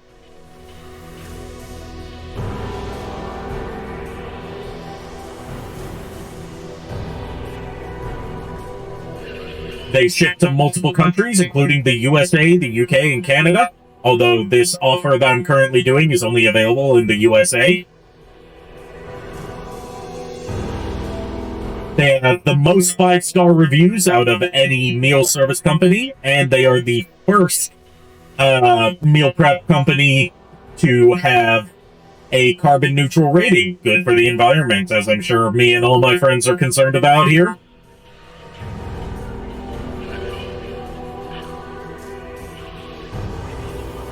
Me, when I get enough money to order my kit, which should be in like a week or two, I'm probably going to be picking up some delicious bacon burgers so I can not only try get some fresh meat, but also try and expand my horizons a bit with some toppings. I'm also taking a look at that unfried chicken because I love fried chicken. I don't like cooking fried chicken. It's a mess. It has so much cleanup. But unfried chicken, I didn't even know that was an option. But HelloFresh offers it. So that alone got me to sign up for an account.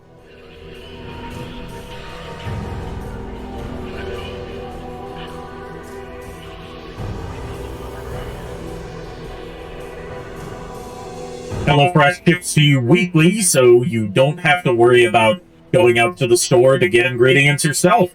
As someone that has very limited funds, that is a huge lifetime and money saver.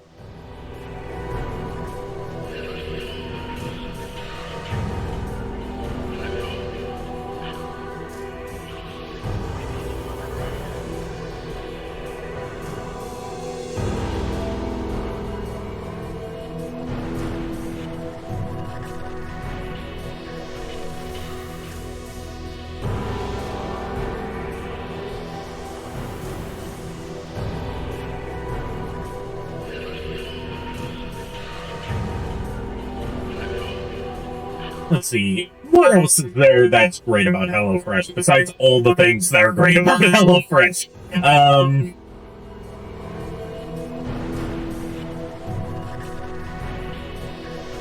They get their produce from local farmers, so not only does it get to you quicker, it gets to you completely fresh, and it supports your local community on top of it. Rather than getting stuff from those big, from those big chains. You know we like to support the little guy around here.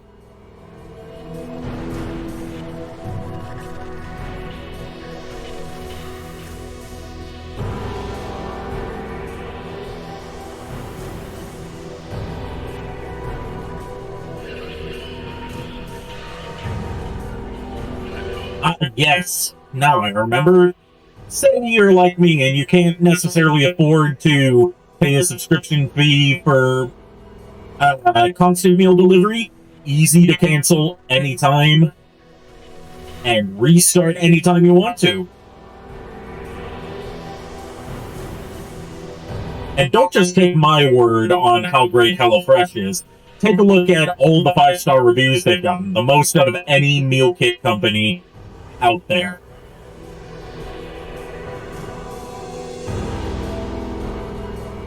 Let's say you got some kids there, you got some kids at home that don't necessarily feel like exploring new food avenues. Check out their family-friendly options for kid-tested and kid-approved meals. You know, the good old classics that they're bound to love and clean every bit off of their plate. Let's say that you want to have a family dinner at home. You can order for servings for up to 4 people in one box.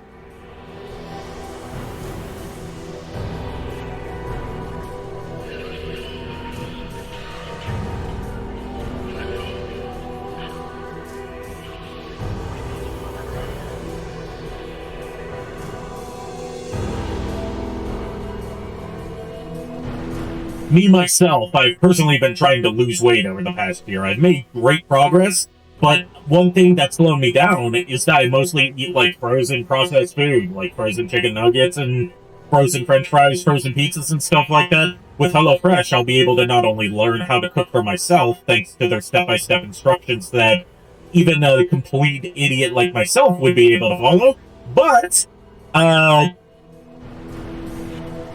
their healthier options that they offer will allow me to have stuff that's free of a whole bunch of preservatives and gunk in it that is completely unhealthy for you, while still tasting absolutely delicious. If you're interested in trying out HelloFresh and you're a new customer, use the coupon code POGSE10040 at checkout for up to 16 free meals plus 3 surprise gifts across 6 delivered boxes. Or you can click the panel right below this stream to be taken directly to the order page with the coupon code already input for you. Or you can type the exclamation point HelloFresh in chat command to have the code pop up for you, so you can just go right there from chat. That's coupon code POGSE10040 for up to 16 free meals plus the 3 surprise gifts and free shipping on top of all that. Isn't that the best part? Thanks again to HelloFresh for sponsoring this stream, and let's continue.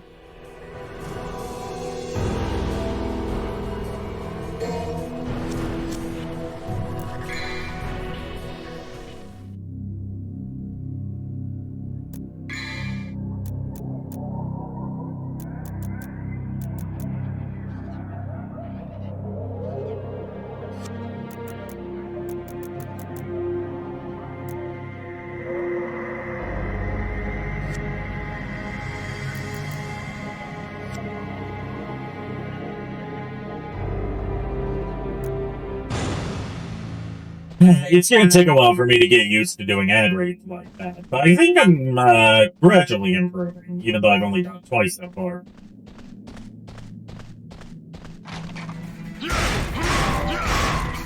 You know what they say, you'll get better the more you try.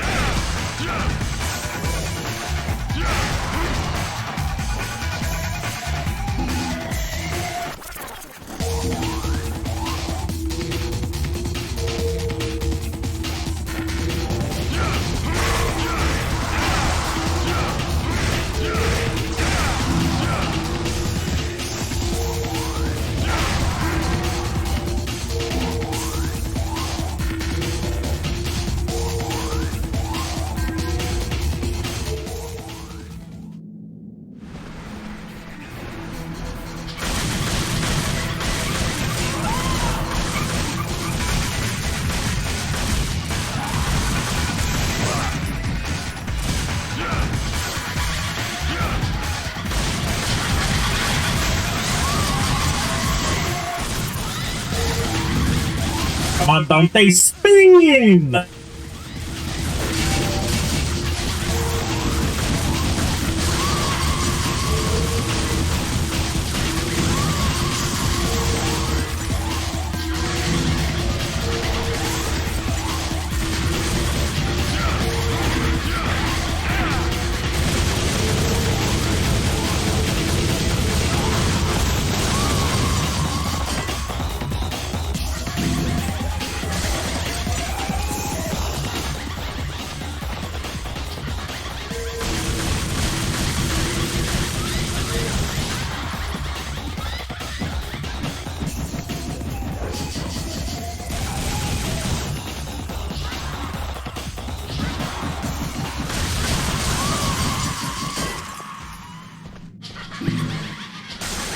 Alright, that's them taken care of.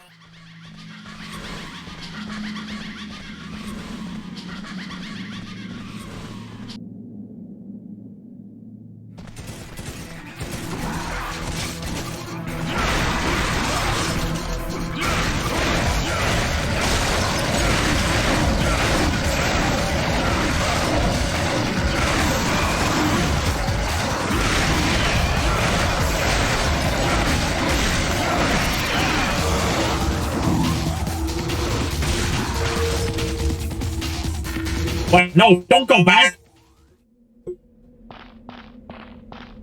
I didn't mean to do that!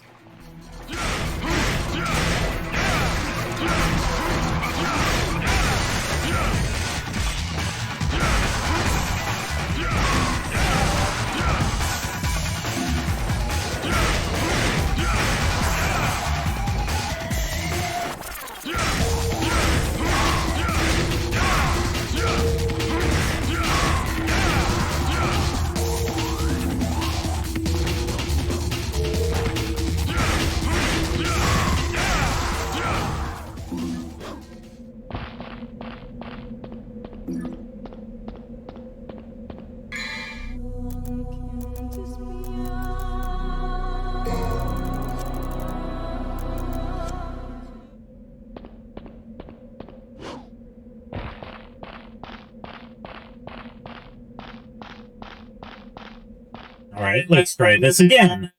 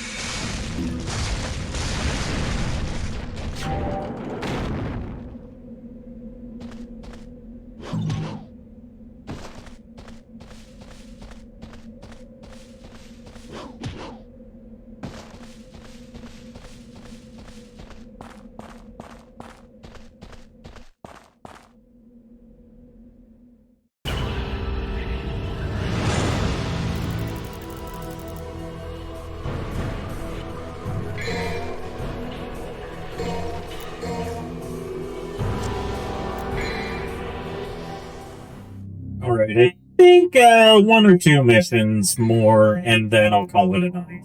And finish next time.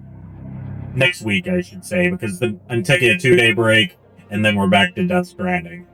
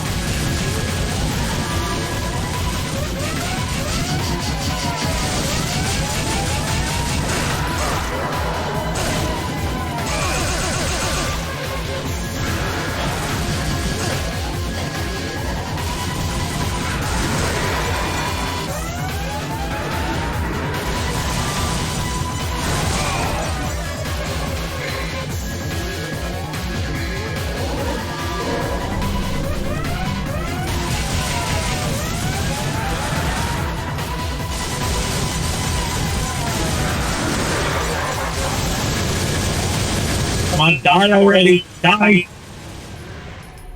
Die, monster! You don't belong in this world!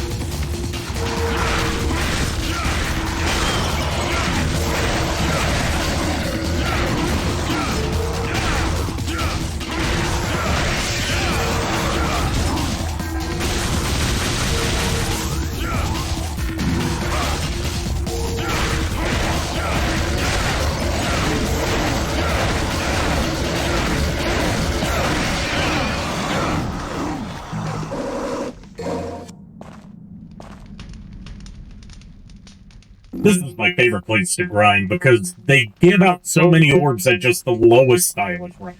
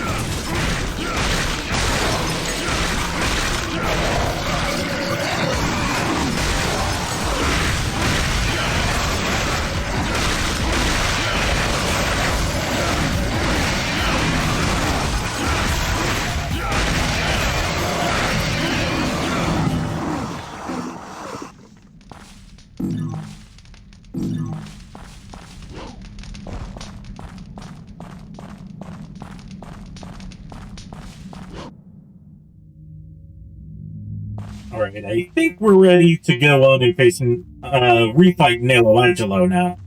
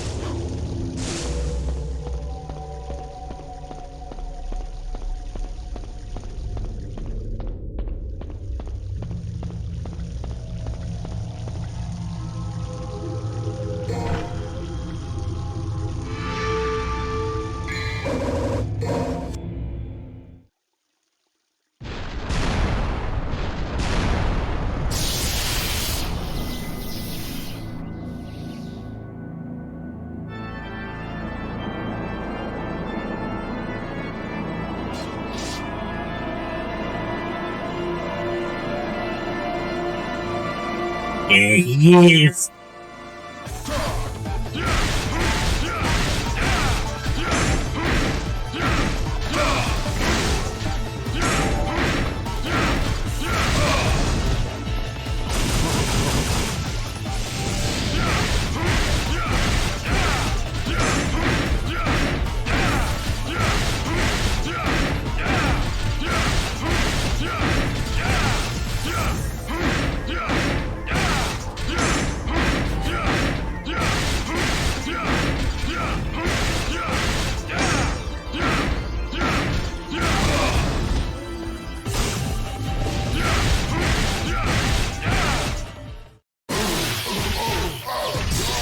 That was pretty easy. I usually have more trouble with this fight, since you're in a more cramped environment.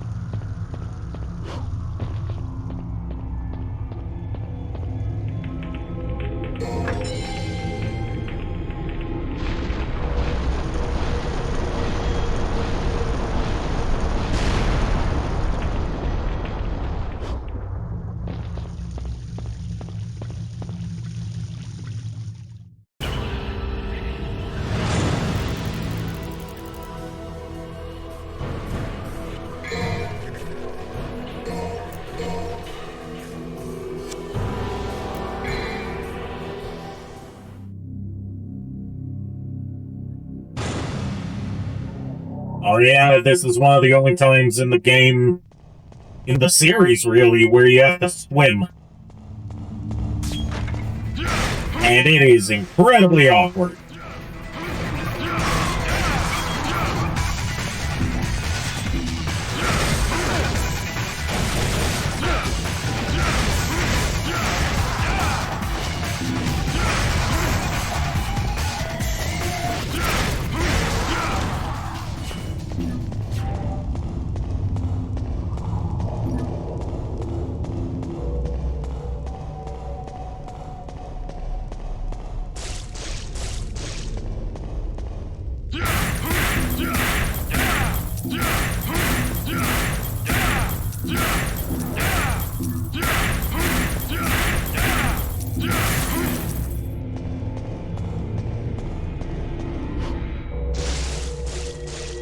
Here we go, time to swim!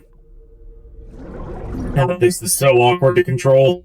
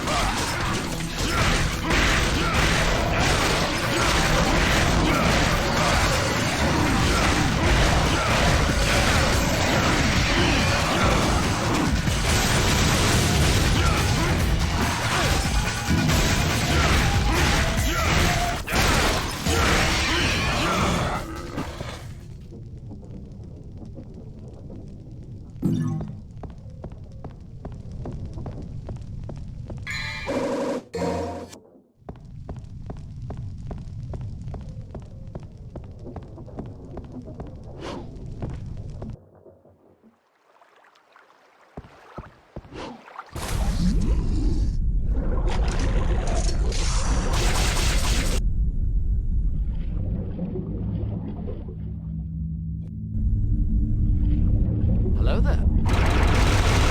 Hello there. Who just played that hello there? Nico, welcome. Welcome to the stream. Hello there. We are almost done. Just, I'd say another 30 minutes to go.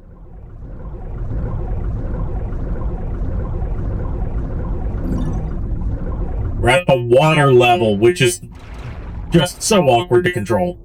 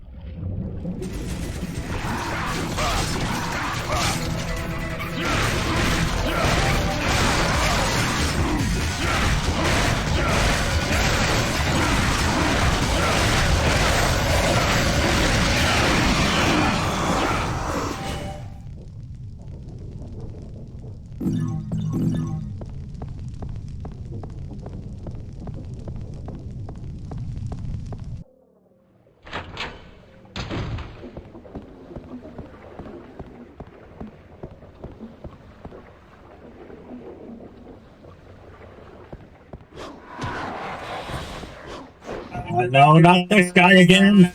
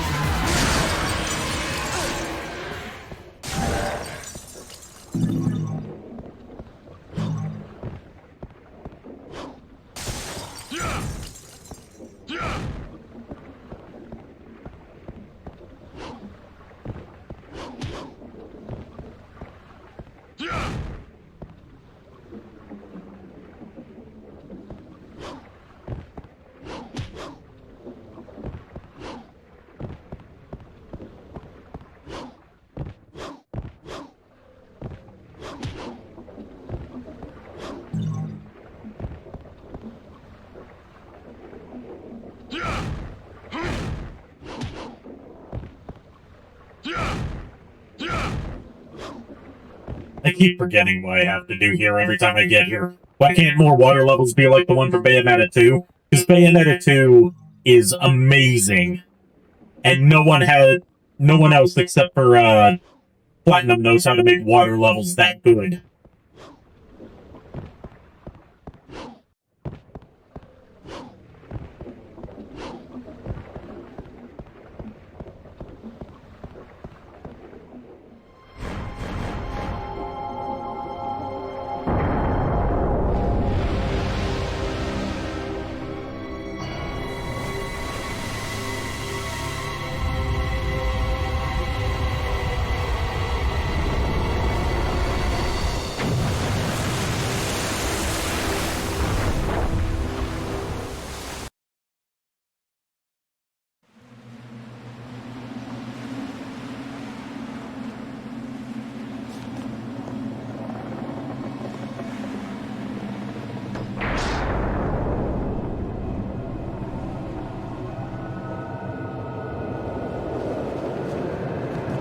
Everybody sing the song. Yar har fiddly dee, being a pirate is alright with me. Do what you want cause a pirate is free. You are a pirate.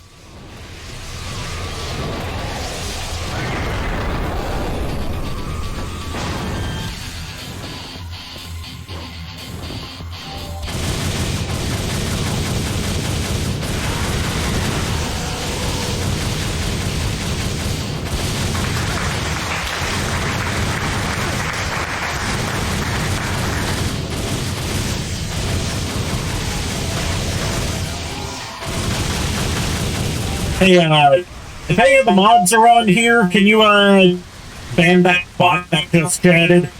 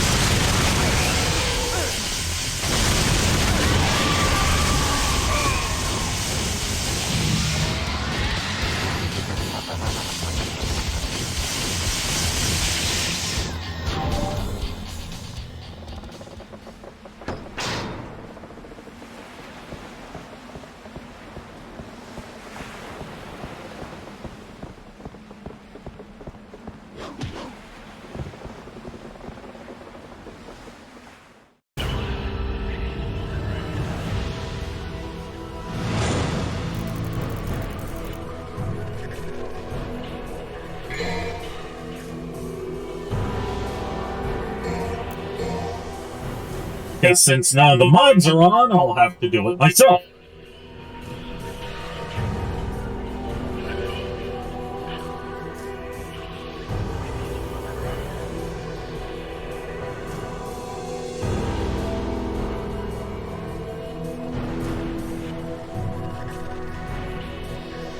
Hey, Mr. Ginny. I see you there. I see you there.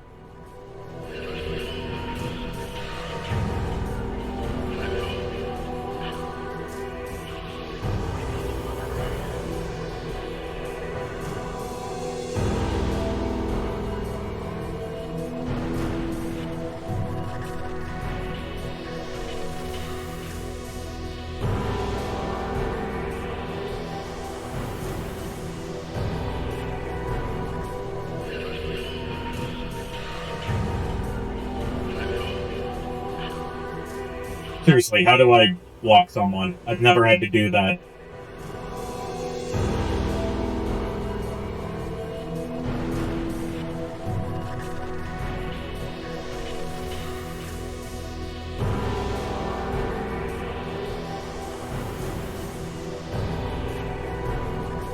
Right click the name and block? Okay.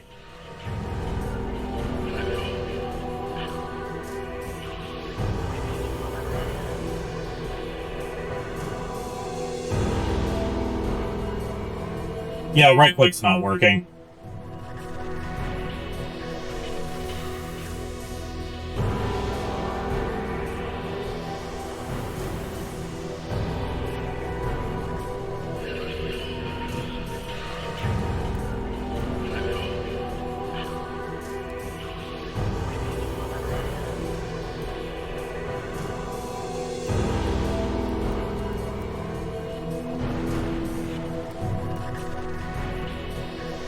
Say goodbye to Mr. Jenny, everybody.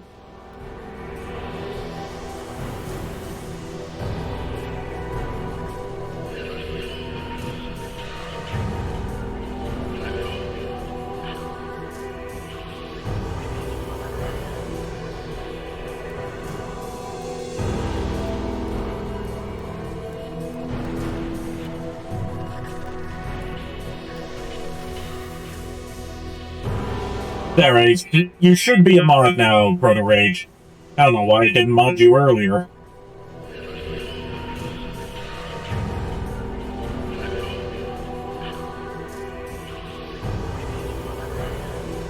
Try it now.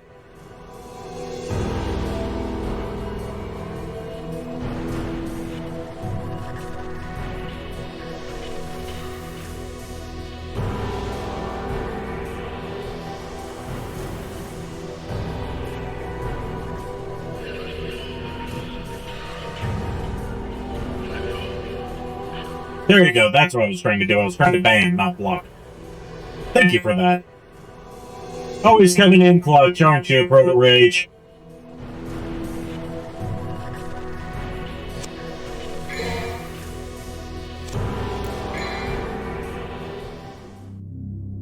Alright, one more level and then we'll call it a night.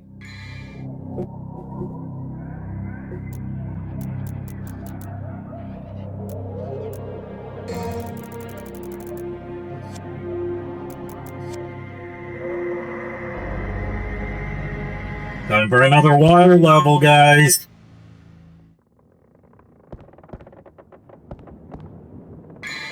My favorite.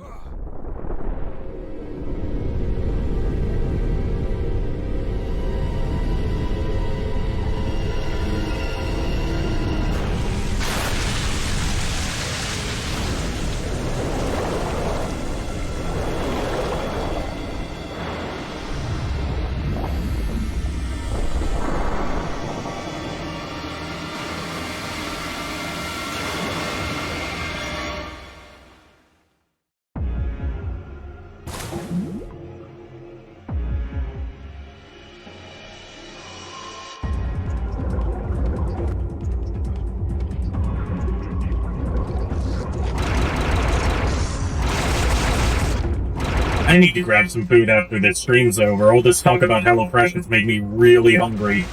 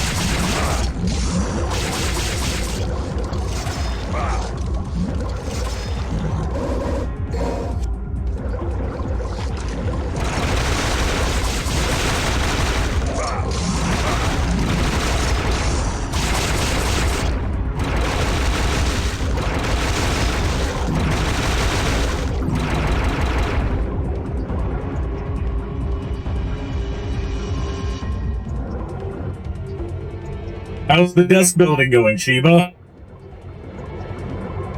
How much progress have you made?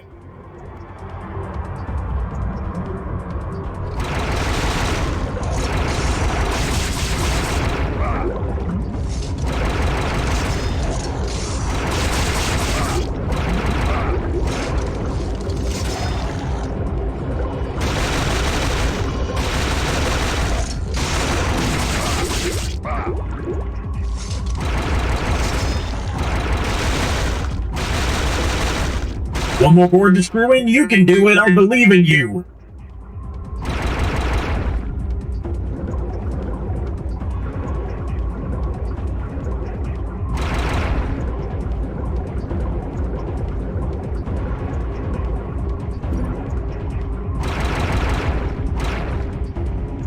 You know, I've never been to an IKEA before.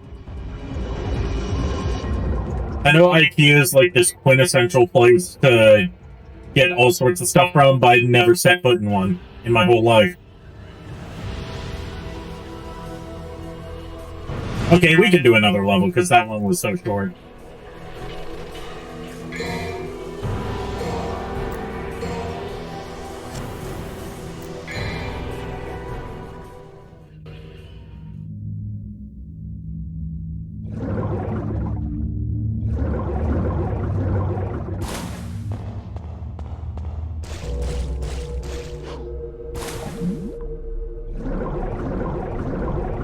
Ooh, you need to send me the name of that book later. That sounds interesting.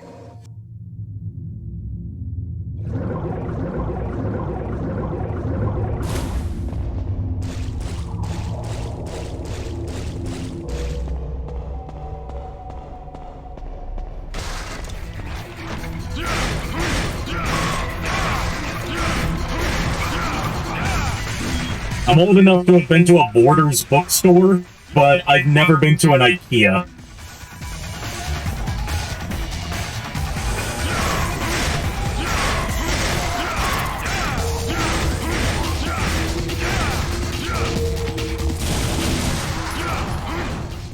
This party's getting crazier, just in time for, the end of the stream, Nate. Glad you could make it, though. I thought I was going to beat this all in one night, but I'm just too tired. So I'm doing one more level and then calling it a night. But hey, you, yeah, mission 14 in, less than 3 hours.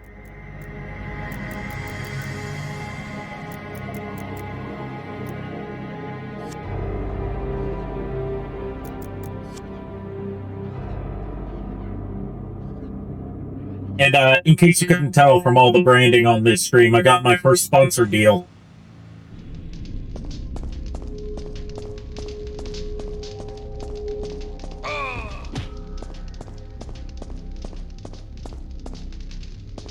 Thanks. You're such a bro, dude. You are just awesome. Bro side and god of the broshin.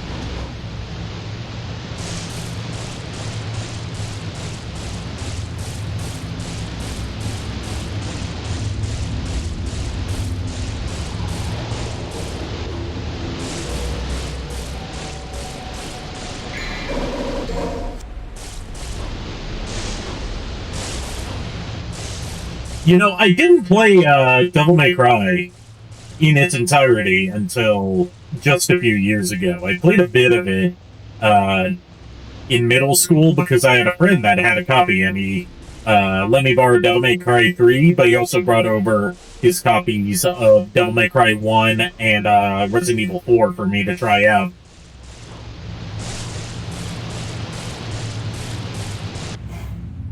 But yeah, this definitely has, like, early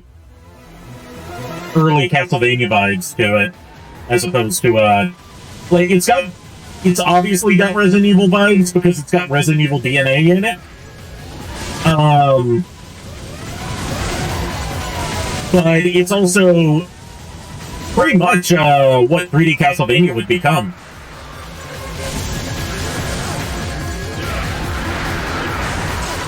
Except for Lords of Shadow, but we don't talk about Lords of Shadow.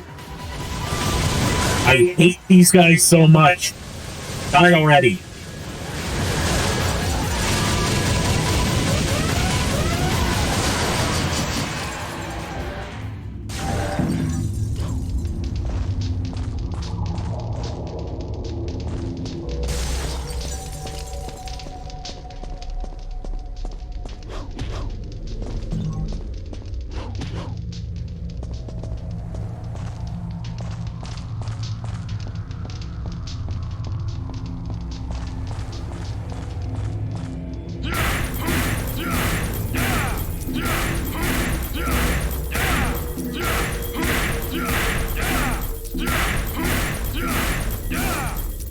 Did you see that even though Morbius got re-released in theaters solely due to memes, it only made $85,000 at the box office during that weekend?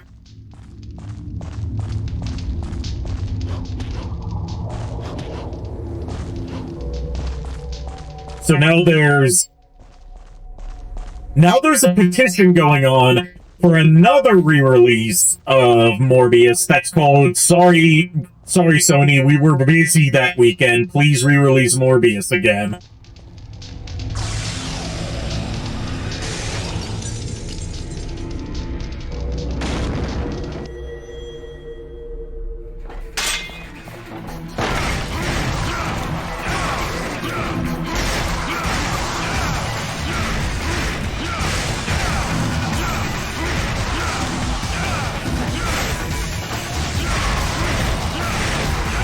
A triple re-release, yeah.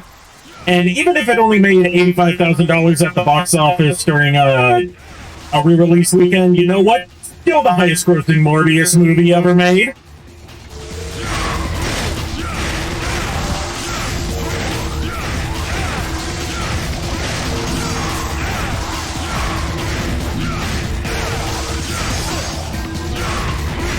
Has that ever been done? Yes. Avatar has been re-released like 9 times now. Like, something that kind of went under the radar is that, remember when everyone was hyped about Avengers Endgame finally beating Avatar's record for highest grossing movie in history? Turns out that very shortly after that, Avatar got re-released again, exclusively in China, just so it could regain its top spot, and James Cameron has confirmed that it's getting another re-release worldwide to prepare people for Avatar 2.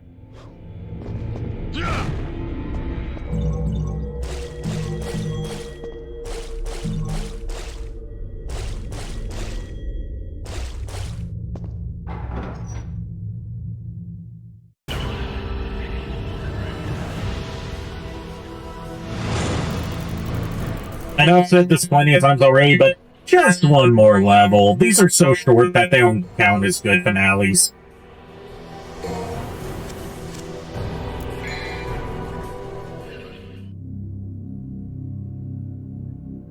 We gotta end on a climactic battle, not a wet fart.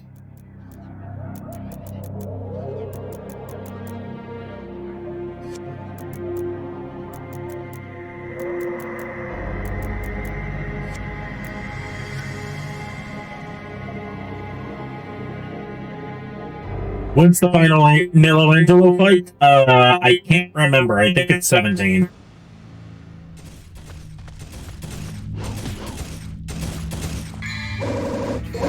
A lot of Devil May Cry 1 kind of blends together to me because its pacing isn't as good as 3 and 4. In terms of, like, how far you progress per level.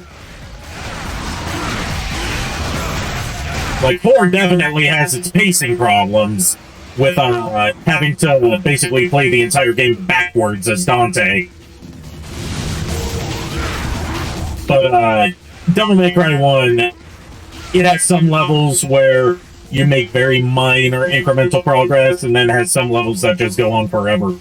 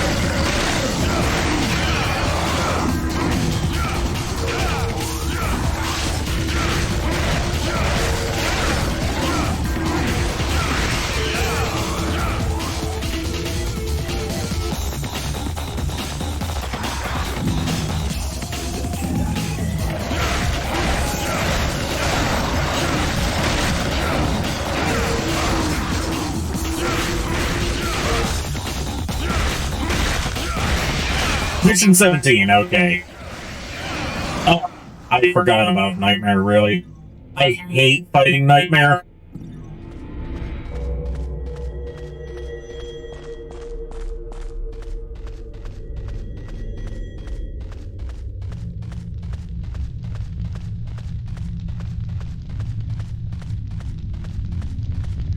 Oh good, it's not just me that hates fighting Nightmare. And the fact that you have to do it twice. Or is it 3 times? I can't remember.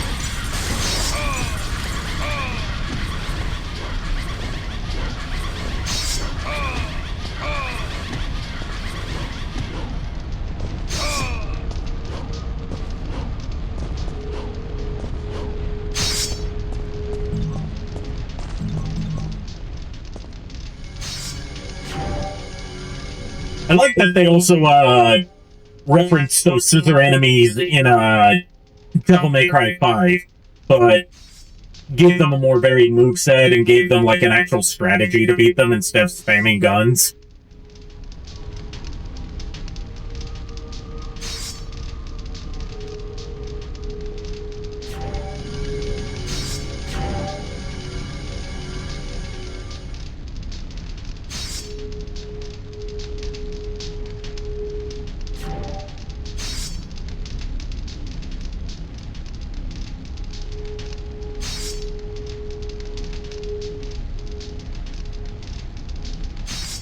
Yeah, guns should only be for either flare, or,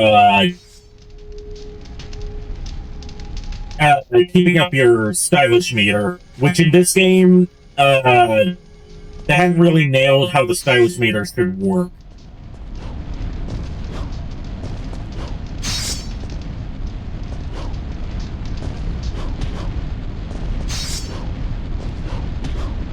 Get the HD collection. It's the easiest way to get into the series.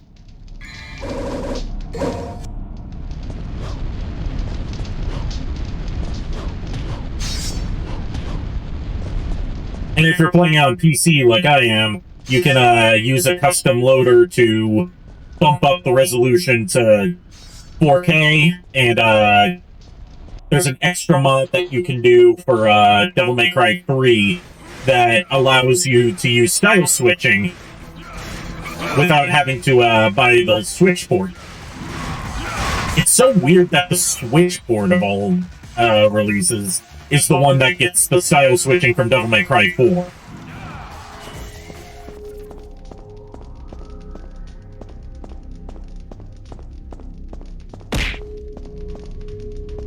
Welcome back, Kashai.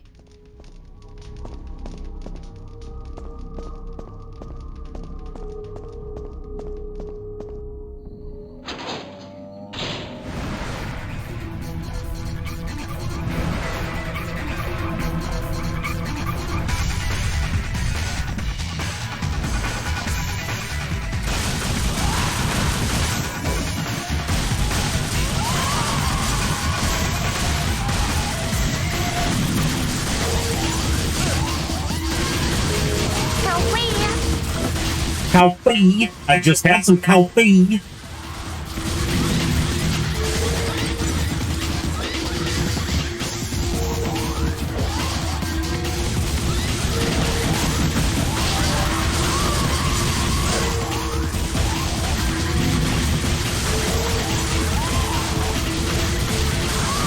Am I gonna do 2 after this? I'm playing for the whole series in release order.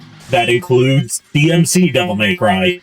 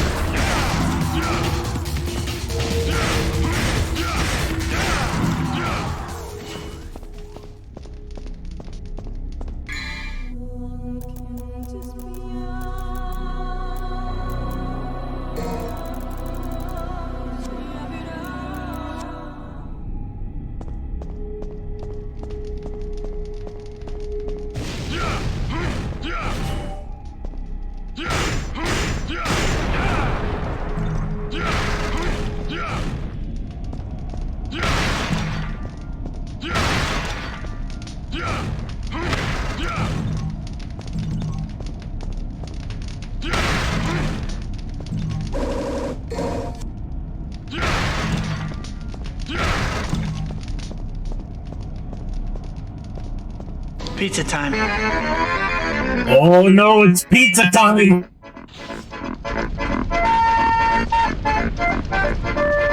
Why does this fit so well?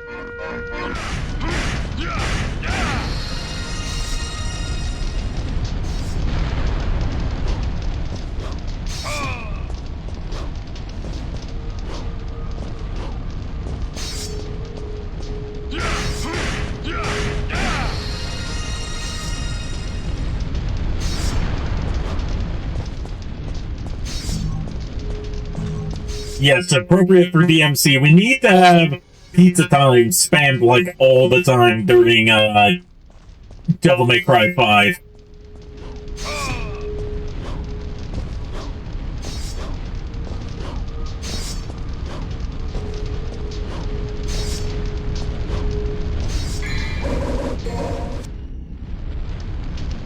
I know I didn't actually need to get the Nightmare Beta gun because I almost never use it, but still convenient anyways. I like to go for at least getting all the weapons.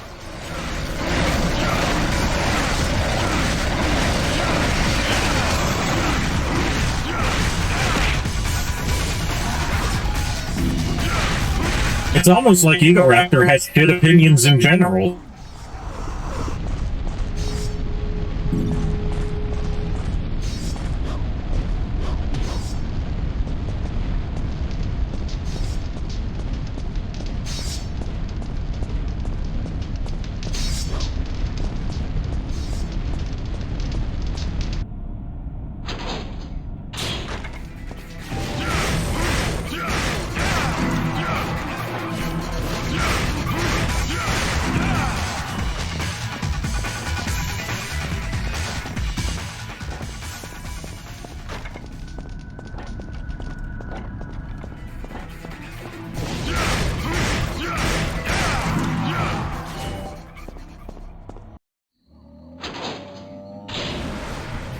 Why no Alistair? Because I'm too lazy to switch to him.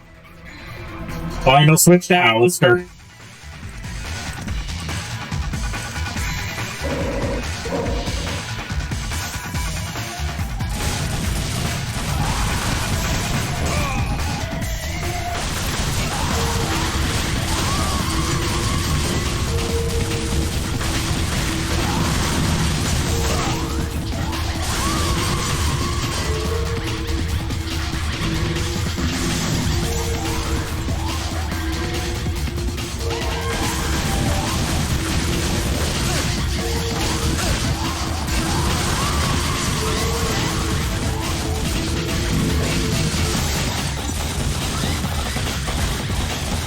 Come on, stop with the spin!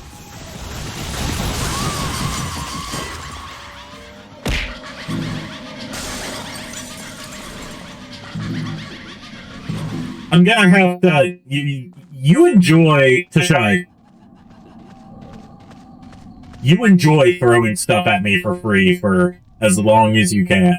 Because I'm putting chat redemption points on that as soon as I get affiliate. You're gonna have to actually interact with my streams in order to throw stuff at me. How do you feel about that, Missy? Perfect timing.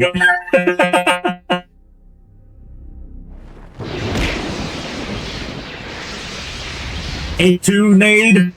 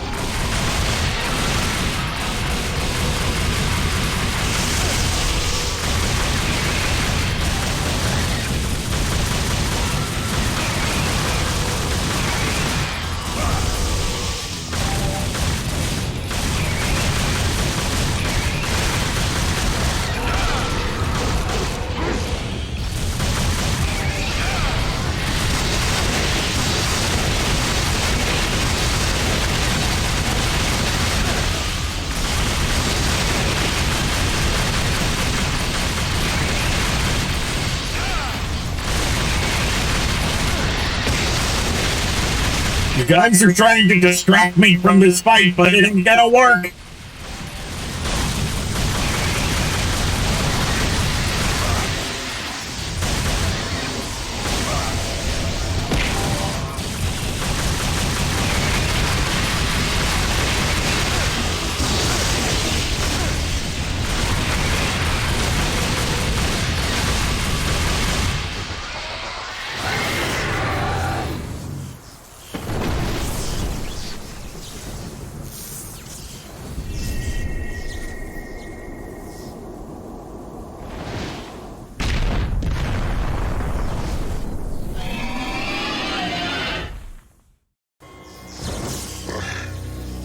Yours are definitely the powers of Sparta. Even more so. But I cannot let you live. I serve my master Mundus. You can't fight with that wound. Mighty is the power of Mundus. What's this? Character development for Dante? Showing that he's not just a ruthless demon killer? He genuinely, like, has a sense of honor? Wow, that's something that would be really bad if they completely left that out in some sort of reboot. Master Mundus.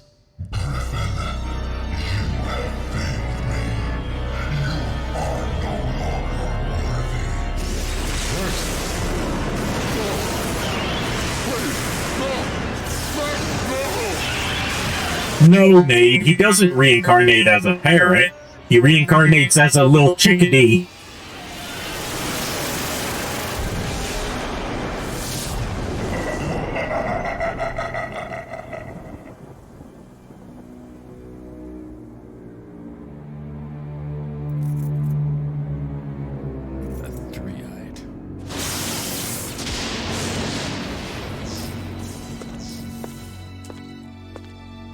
beat him.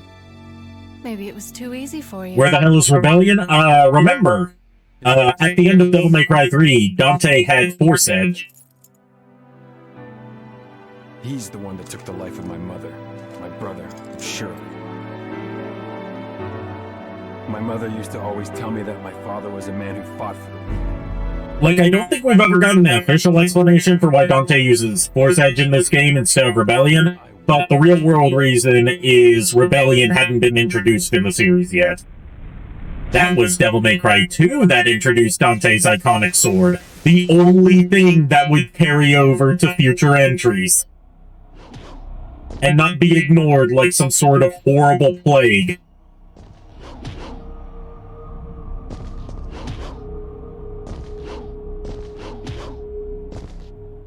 Come on, get the fuck.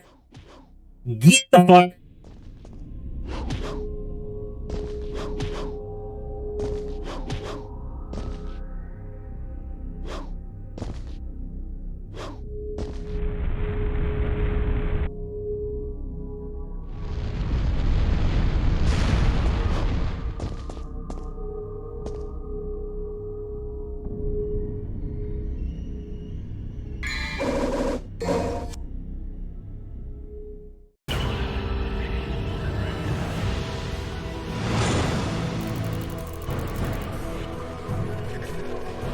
Alright, and with that, we are done for tonight. We will continue this sometime next week once I have my schedule for next week figured out.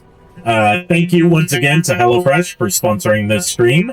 And, as usual, my darling batlings, unpleasant dreams.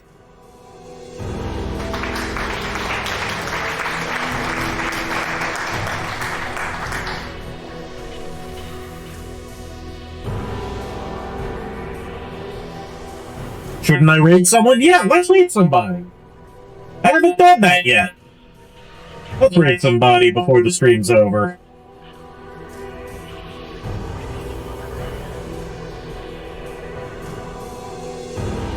Orange is streaming? Yeah, let's raid Orange.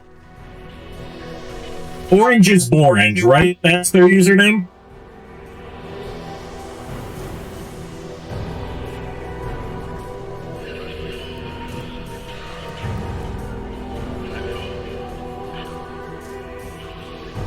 There they are.